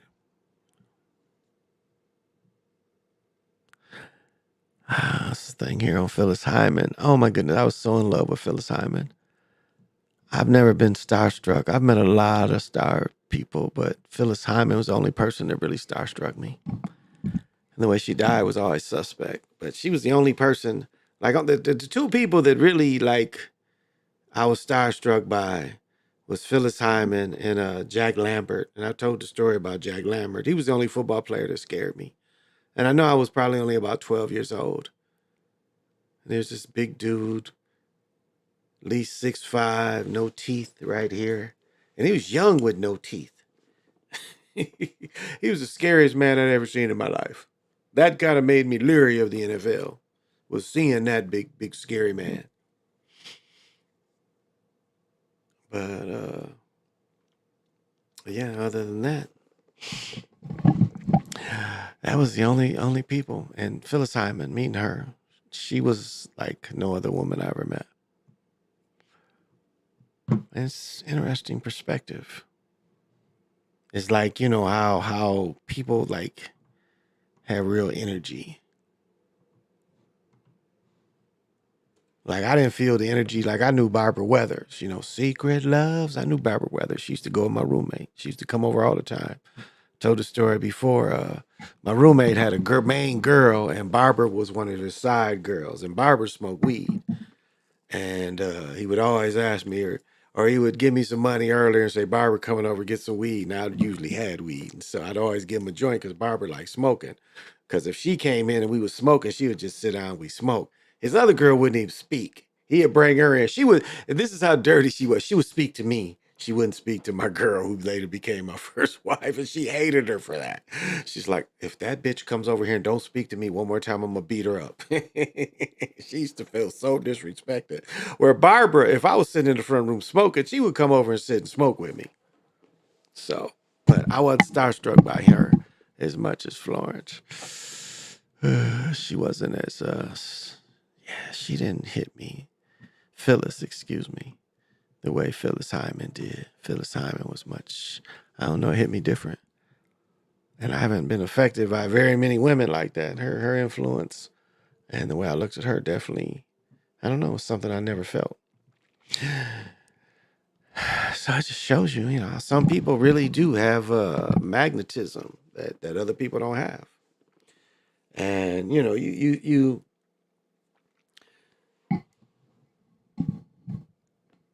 and it's funny, you know, this can be like really faked, you know.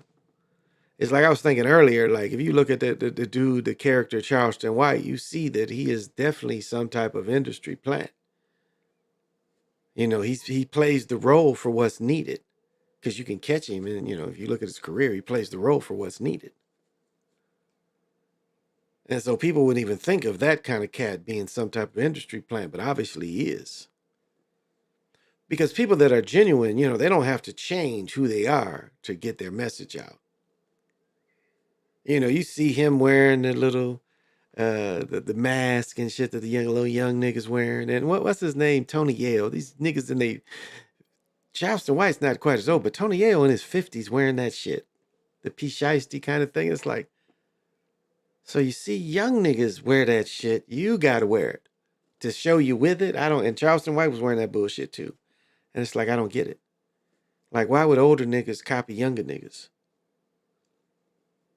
That I don't understand. Like I'm gonna try to get my style from looking at what some young niggas is doing. Like at my age, you don't think my style is set? Like even I've told you this story before. Like I saw one of my little brothers I mentored, and I'm seeing him like with Adidas with no shoestrings, and I'm like, who are you really? We're not from that shit. We don't do that shit here. Nigga, you saw that shit on TV and you copying them New York niggas without knowing no New York niggas? We ain't like them. Look at men around you. We ain't doing that shit. And, you know, I'm cool with his uncles and his family. And he's like, never thought about it. He's like, yeah, I'm imitating New York niggas and I'm not from New York. Now, he ended up going to school at Fairleigh Dickinson and he hooped for 4 years. But he had never looked at it like that. It's like, I'm not imitating people around me. I'm entertaining a character I see on TV. So do you see how the influence can take you away from who you really are? Your heroes are around you. You know, the heroes are around you, you know, and not on TV. Barkley said it, you know, and he was too real for him. He said it, you know, I ain't your role model. You know, look to your parents. Look to the people in your neighborhood. And it's not hard, for neighbors and stuff to see you're good people. It's not hard. You do what you're supposed to do where you live.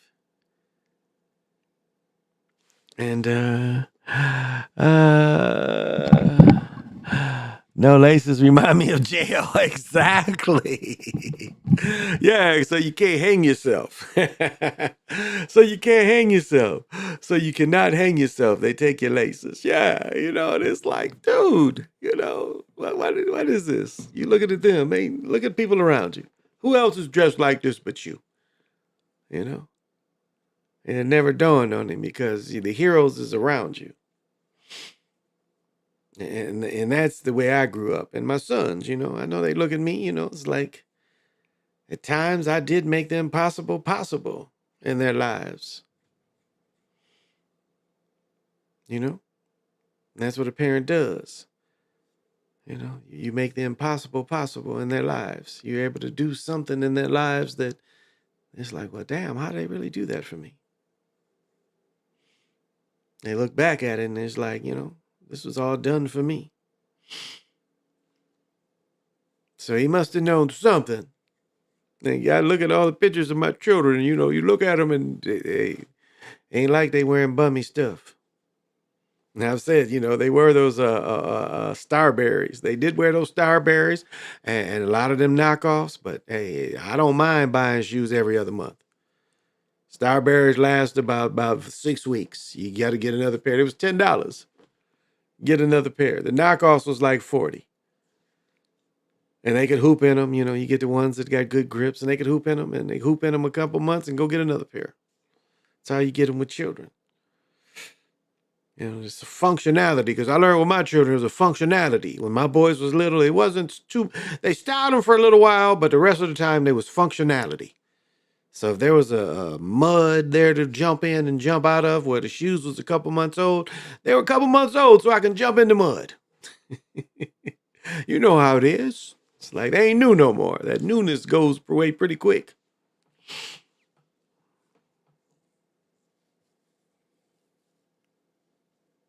And they just become common every day. Comfortable, right? They become comfortable. And that's what happens to everything. We do something in our lives and we feel set, we become comfortable. And that's what we're taught. That's what the millionaire mentality is living your life in comfort and having all your needs met. And it's like my wife, it's interesting. With her ring, well, we have to get it checked. The way the warranty and stuff is, they have to check it. And we was just going in there to get it cleaned, and they was like, no, you need to go around there and get another certificate that says they checked it. But like even like we could get anything in there, we're happy with what we have. You dig, and then that's how you got to get a point. Now, is there other golds? I mean, it can be, like her one band, they got a ring with 3 of them. It's kind of looking under their billboard to see if they got a little thing that shows, but it was a bad motherfucker. It's three of her bands together. But we don't need it today. And so my point of bringing this up is,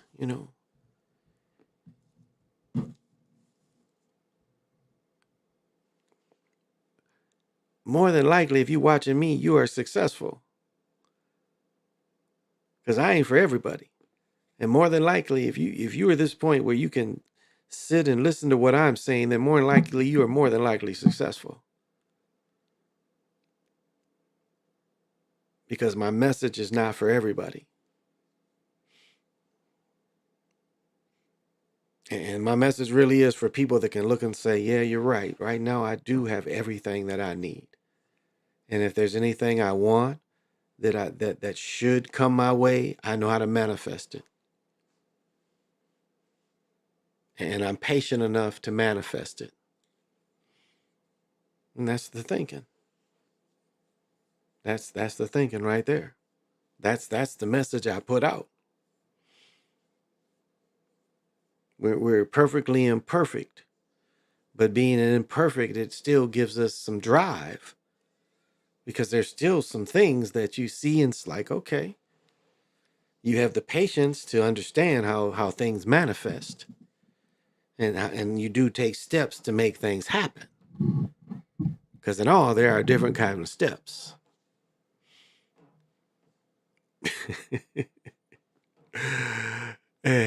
I'm just laughing, but that is real. There's different type of steps the way it comes to you, and it's like, you know, I was listening to, I've said this before, I was in PT, and I was listening to a mother saying when her son, what'd she say, by June, her son is going to graduate from police academy and being a cop. And like, even the cop, the police officers that got killed here lately, I mean, it's so easy for years to fly by and be a cop. I mean, for some, I mean, it's like a career thing where you just are let go and they let you loose. Like even the two sorry cops I talked about, the one that got himself killed and the one that got himself fired, they kind of just was let loose. It's interesting how that happened for them. And others, like I had a good friend, let loose for a couple years, and then just one little minor incident, he kind of kicked a dude, and the dude kind of sued him, and they put him responsible for, because they said he did a move that they didn't really teach. But yet before that, he was like smooth sailing. Like I used to ride with him, you know. It was sometimes I could ride. All I had to do was go down there and tell him, throw on my vest, grab my gun, and I would ride with him, you know. Now, I'm not getting out, you know, unless motherfucker shot him and then trying to shoot at the car, then I would shoot back. But other than then, you know, I ain't really there to support him. I'm there just to ride along with him. You know, I'm not fighting out there like that.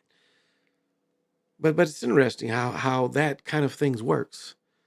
And for others, it's such a struggle. And I've watched like 10 dudes where it was just a struggle for all of them, which made no sense. And you say, you know, there's not attitudes and people purposely limiting people opportunities and holding people back. That's a real kind of thing. And that's not victimism. It's saying you can just look at the difference. It's like, wait a minute.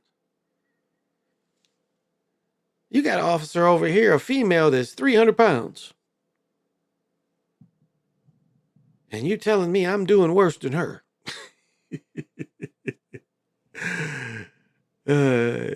And she's talking like Baby D, you know, she's wheezing through every breath just to write a ticket.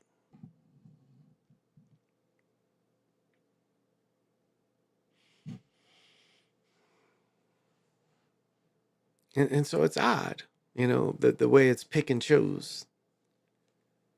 And to say that there's not any, and you know, it does go back, like it goes back. Like the DNA is within everybody. And some of this shit, you know, it is ingrained in people. And the discriminations, those favoritisms that started with this country with certain folks, I mean, that's in their DNA just as much as the pain is in ours. And if they are in a situation where they really can, you know, do it purposefully or not unknowing, they will do it. And then plead, I didn't really know. I didn't, you know, wasn't because they're darkies. When it really is about that.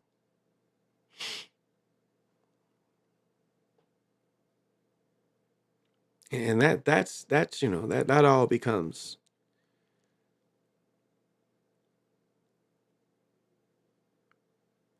it makes us all aware. And many of you I know can identify with that. You know, you see it. Like you see the way it can be spread. Like even you, if it going good for you, you can see it spread like bread but on butter or peanut butter on bread. You can see how certain times in your life things is just spread like, you know, you spread mayonnaise on the sandwich. It's just smooth as it can be. And you look back and it's like, wow, why when I was into this, it wasn't so smooth? Like, what has changed? What have I done to change this? Why is it all just like smooth and gravy now?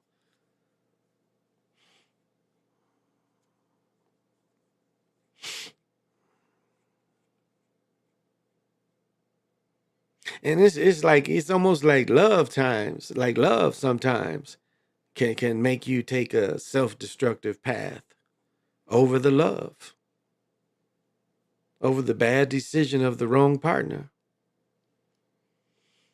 And still trying to keep the wrong partner into your life.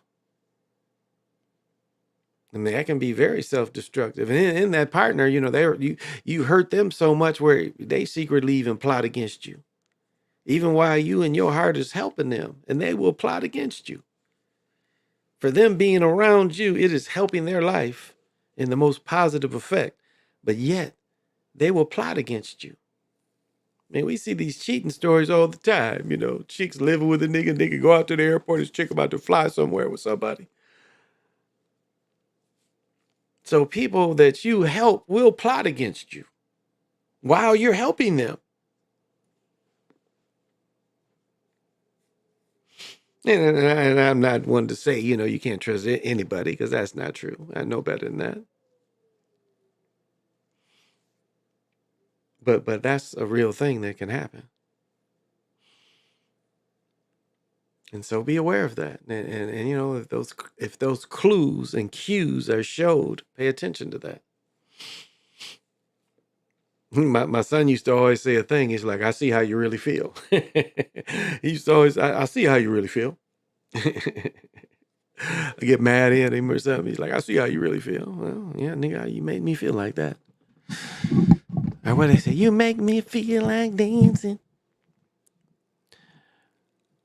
And it's so much, you know, entertaining now, and so much information. And how do you decipher the information to make yourself a better person? Do you need this to make yourself a better person? I guess that's the main thing to ask yourself. It's like, what do you bring in? Because visually is the same thing. Like, visually, what do you bring in?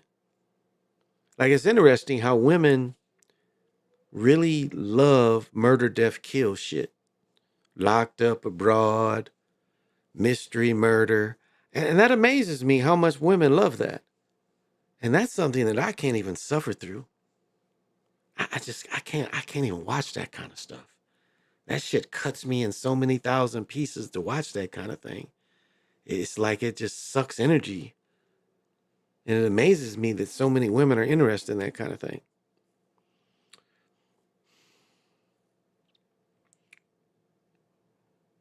And I understand people in high positions do need something to relieve the pressures of life, the pressures of work. I understand that. But it's interesting that they pick this murder, death, kill stuff. That's kind of interesting. I've always thought that was interesting, the people that are into that. It's funny, right now, my ex is into aliens and shit.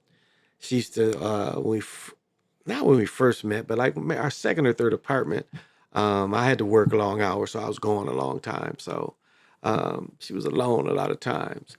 And just the way the apartment was set up, and she always felt that something that had visited her as a child who was always visiting the apartment. And so now she's saying that, you know, what she was visited by was aliens and shit. So it's kind of interesting story. You know, it's really aliens taking me up in the ship, and they, you remember, you know, and I no matter how many times I was pregnant, you know, I'm like, but we only have 3 children, so I was there when you was pregnant. She's like, but yeah, I had other babies that I didn't know about. I'm like, okay, so who would those babies be by, me or the aliens? So it's interesting that she, you know, she's kind of she's open to that kind of thing. So it's kind of, you know, she always hits me with that kind of thing. And I'm hit with so many people sending me shit. Jeffrey always sends me things. One of my homeboys I grew up with, he always sends me several things where I'm able to, you know, see these things, and it's like, yeah, it's amazing. All kind of shit in the world that that you wouldn't even think about, you know.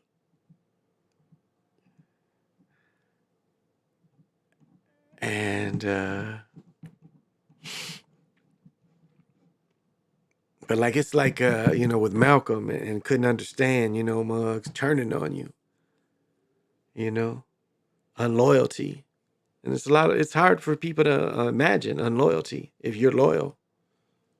You know, it's hard for people to imagine that. If you're loyal to someone and you don't get it in return. And for some people, that's a hard concept because they look at loyalty as all the way across, you know.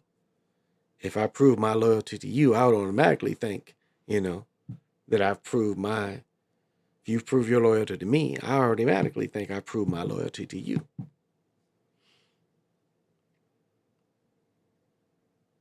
But make sure that goes both ways. Because I think like meeting people and trying to please too often that we're loyal to people that don't deserve it. And there's nothing wrong with you showing that you're loyal, but it's like accepting that someone else is. You know, you should take your time with that kind of thing. Don't accept just because you're loyal that they are too. And you ain't got to test them. I ain't saying play no games with nobody. I mean, people's hands show. You know, they'll show you what's in their hands if you just pay attention. That's what people don't do enough.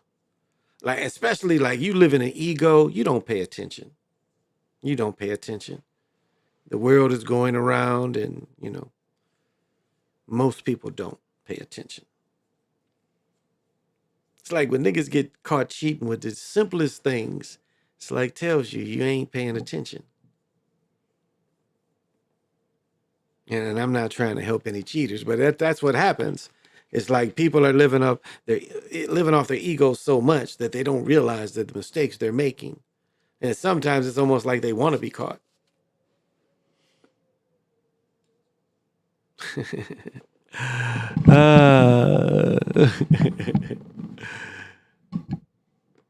And this day and age, you know, you need all the people in your corner you can get. And you get these people in your corner and you're a good person yourself, they fall in.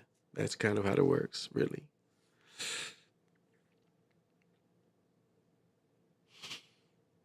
Use your ego what it's for. You know, your ego shouldn't be in charge. And a lot of times, you know, your ego is tied into emotionalism. Emotionalism a lot of times comes, you know, the ego and the emotionalism goes together. And a man has to get away from emotionalism at some point in his life. Too many niggas got killed from emotionalism instead of sitting back and observing. A lot of motherfuckers wonder what they call it, jump bad. Jumping bad. But again, emotionalism, you know, man has to be above that for sure. Because being emotional can, you know, your thinking, again, you know, your scales of thinking is skewed. You always want the thinking to be balanced. And emotionalism is a hard weight to carry because it's overweighing the scale of how you analyze what happens. You dig? So, you know, it's enough to check the ego, but you also got to, you know, you got to check emotionalism and reactionary, you know, always just reacting without any kind of thought into reacting, without seeing what's going on and just reacting. And that's tied in a lot into emotionalism. Instead of sitting there, you know, and the war goes on around you, you take one knee, well, not really one knee, but you stand up and you look all around you. You say, that's what I need to put it at. Where you're a Stonewall, like Stonewall Jackson. He didn't move. He was just telling the motherfuckers where to go. That's what it's supposed to be like.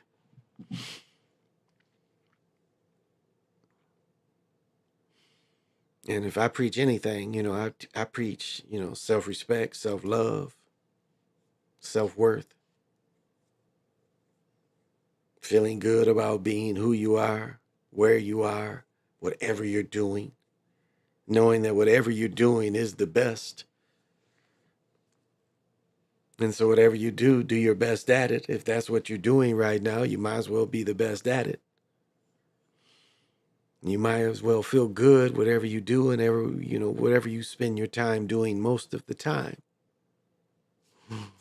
Life is a thinking man's game. Definitely, James Gant. Indeed, it is. And that's the problem with a man is always, you always got to think, plan, think and plan. And as you get older, your maturity helps you with these things of thinking and planning.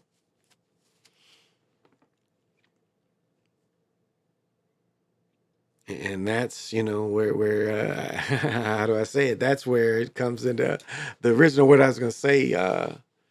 But like, just the start of illumination, whatever you want to call it, if you want to just call it, and I say illumination just far as the knowing, because the illumination is when the light bulb goes off.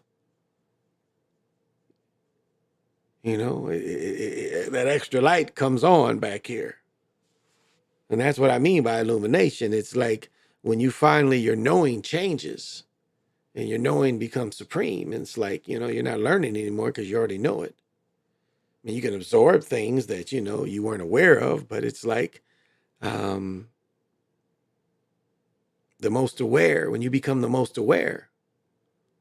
It's another word I want to put, but that word is like, it's a spell, so I won't put that in there, but it's like the most aware and the most knowing. And then you live your life that way. And you truly manifest what you want to manifest.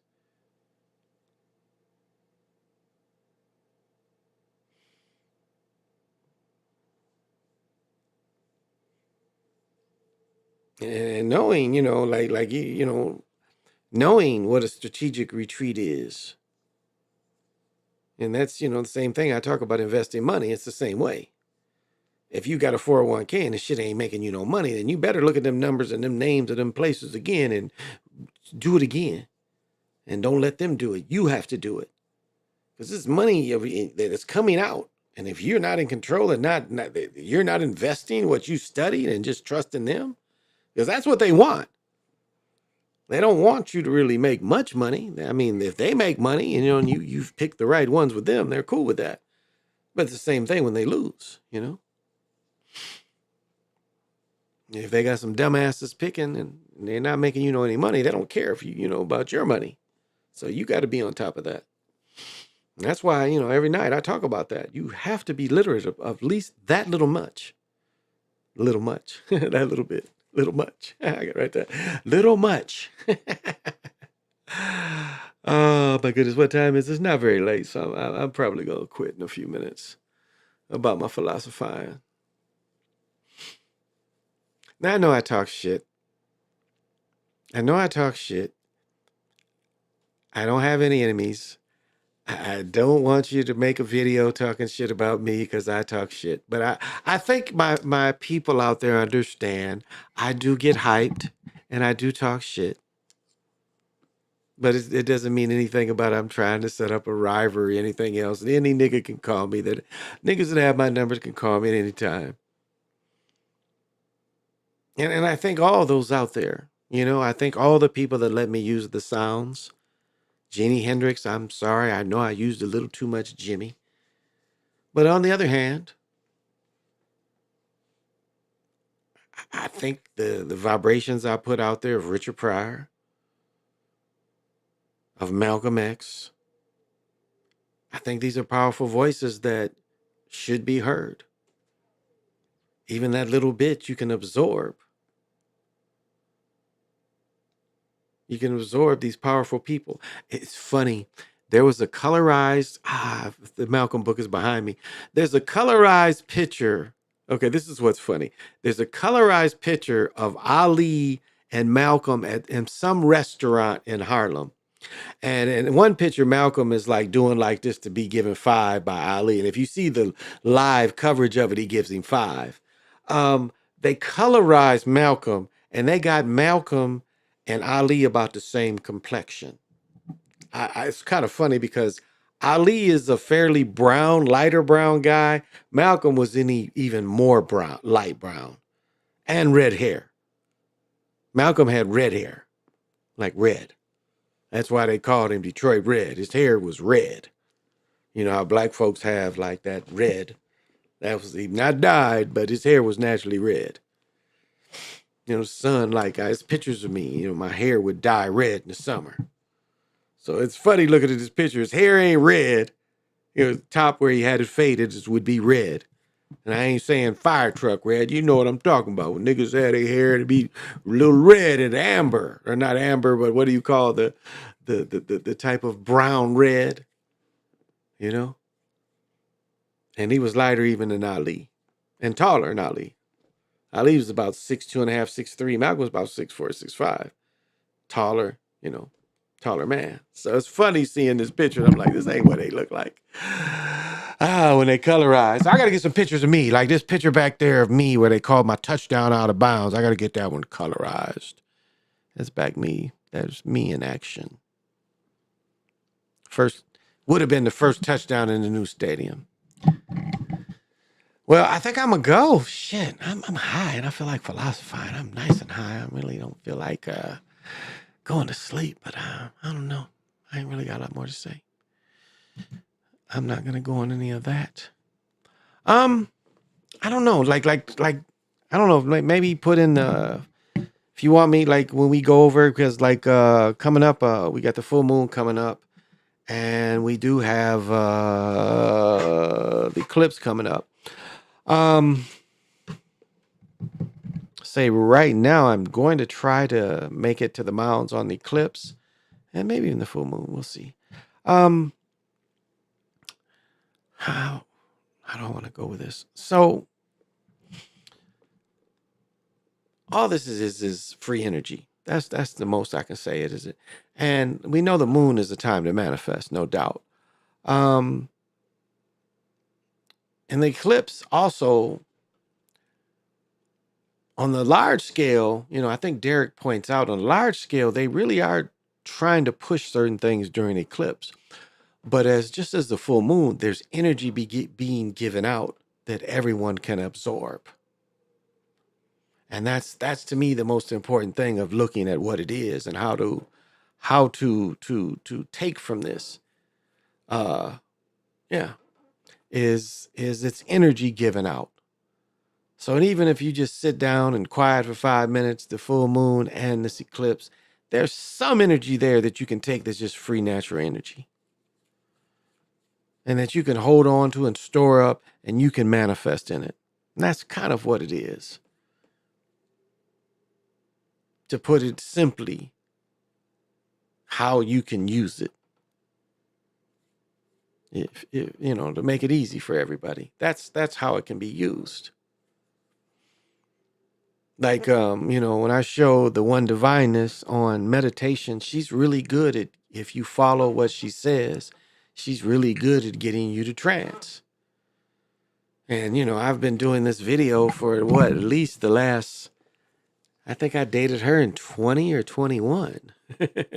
So, you know, she's pretty good at that. And if you've listened to that, I've played it, you see that I'm not trying to feed off anybody. She's not trying to feed off anybody. She's just trying to put you in a good space of how to trans and how to absorb the energy to turn it into what you wanted to turn it into. I can't say what it is. She can't say what it is. But what she's saying is these are some simple things that, you know, someone that gives freely can lead you to, that is free energy. Free ways to manifest, free positivity. Nobody can come here and say that what I show and what she says is anything negative or trying to feed off anybody.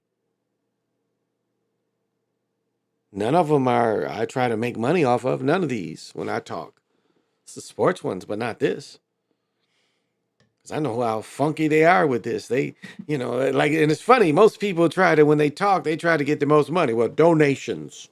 Where's the donations? Donations are nice, but it's not necessary. As I said before, I put myself in this position, so I don't need you to help me in any other position.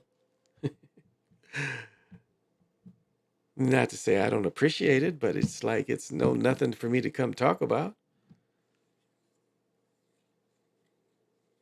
This is a hobby. This is a way of kind of getting my voice out, and something I feel I need to do, far as giving freely. Because it's so easy to absorb so many things and have no outlet for it. And I guess that's the biggest thing, is why I've done this. It's like I do need an outlet for all this I absorb.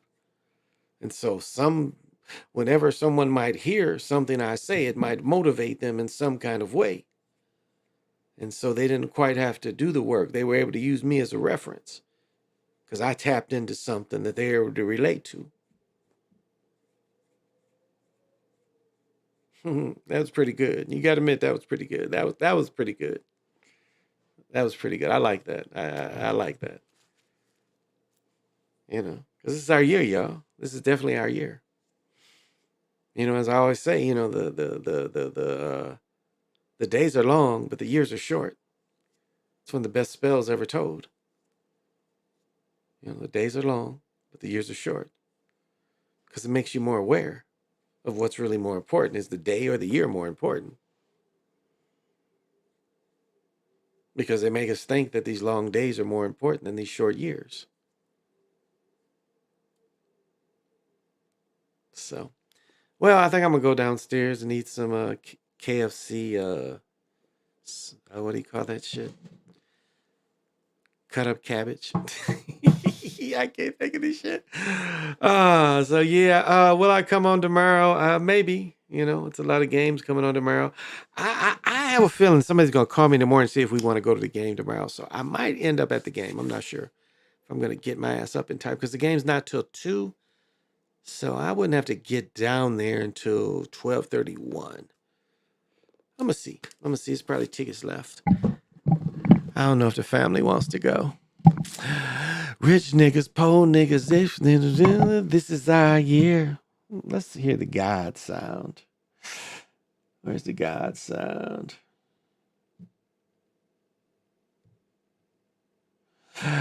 This is to let y'all know that God cares. Oh, let's jack that up.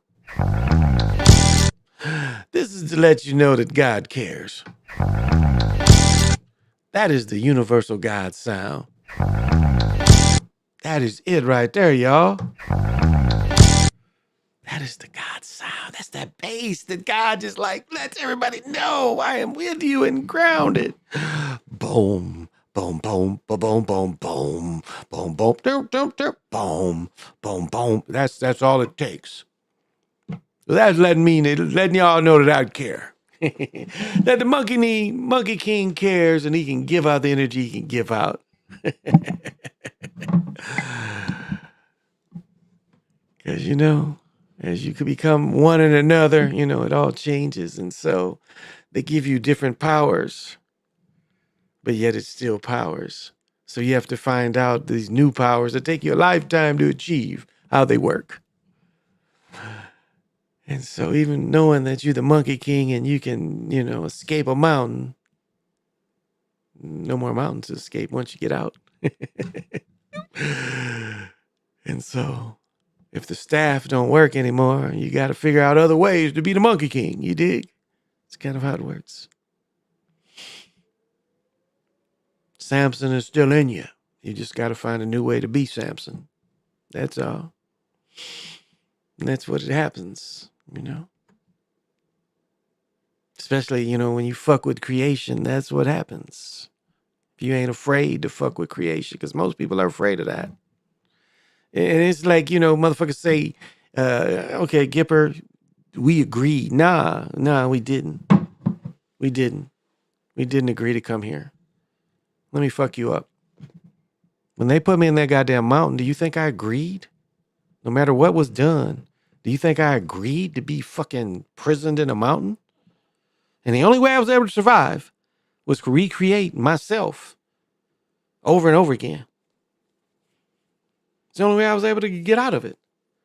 So creating myself over and over again and you know, which was definitely a reset. Because when I was born out of the mountain, it born more than just me. So which again is just me duplicated. So when I was able to start the process of being born myself out of the mountain, I had to go through the process, but it duplicated myself. And as I've said before, once I found this certain cave and came out, civilization was there. And so no, my agreement was for me to come back in realization, I had to rebirth myself. So it was no agreement. It was like, shit, I'm escaping, this prison they put me in. So I don't know what the agreement was that is. I had to restart or recreate civilization to come back. So I don't know what agreement I made. I agreed not to stop and not to stay in prison forever. Guess that's the agreement I made. If that's an agreement to say, fuck you, I know a way to come back. And if I can outlive all of you, I can exist again.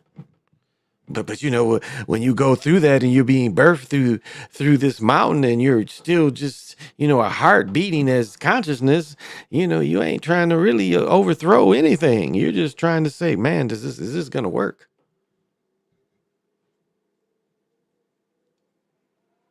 Is this really going to work this time?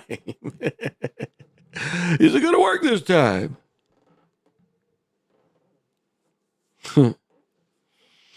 So it's not agreeing. It's saying,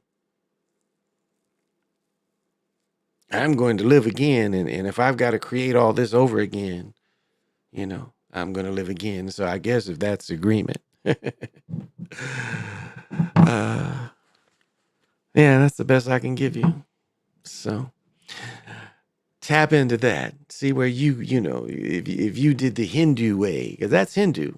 To say you made an agreement to come here. That's what the Hindu said. That you look through the windows and it was like, I like the way they're fucking. Let me go into that. Because the Hindu thing tried to show you the Matrix kind of thing. They're like, oh, these little sperms are just, wow, we like that and that. I'm going to jump into them. And that's some czar shit too. If you ain't thinking that's part czar, come on now. You're back looking and you're possessing something to be born. That's czarin. Right? So that's the agreement. The agreement, the czar would agree with you, Gipper. The czar would agree with you. They'd say, hey, yeah, you agreed to exchange with us. Because that's what the Hindus say. You have to go possess and come back. So it's just comedy. Thank you. Well, thank y'all. Appreciate you that hang with me, that watch me, that are consistent to come in. I appreciate you. So I give you the best I have. I don't try to swindle nobody. I don't ask y'all for nothing. I just give you the information I have that I absorbed. And I try to put it out there and have fun about it. Because everything's not serious. There's a lot of fun and love and laughter. So everything ain't all serious. You can't just sit here and philosophize for 3-4 hours and it's like,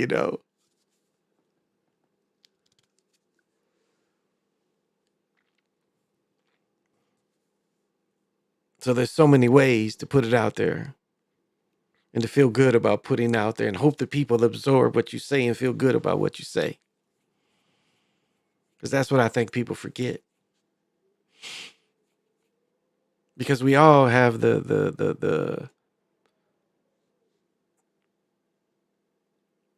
we all have the possibility of saying something that another person can get inspiration from. That's it. And words can be really inspirational. Especially if the source you get the words from is pure. And there's nothing tied to the words of inspiration. And there's many you can find like that. And that's what I try to be.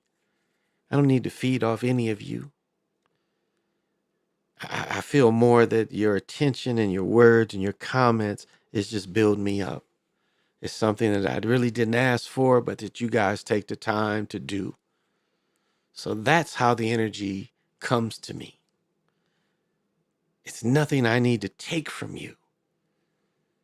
But just by you thinking of me charges me up. Now give that back out. It's coming. Let me give that back out to you. It's coming. Thank you. And that's, that's a real feeling I feel. And that's how, you get into folks and what folks talk about. That's really, it's like, it's got to be a two-way thing. Because I don't, have all the answers, but I have some. Well, thank you. I'm going to take off.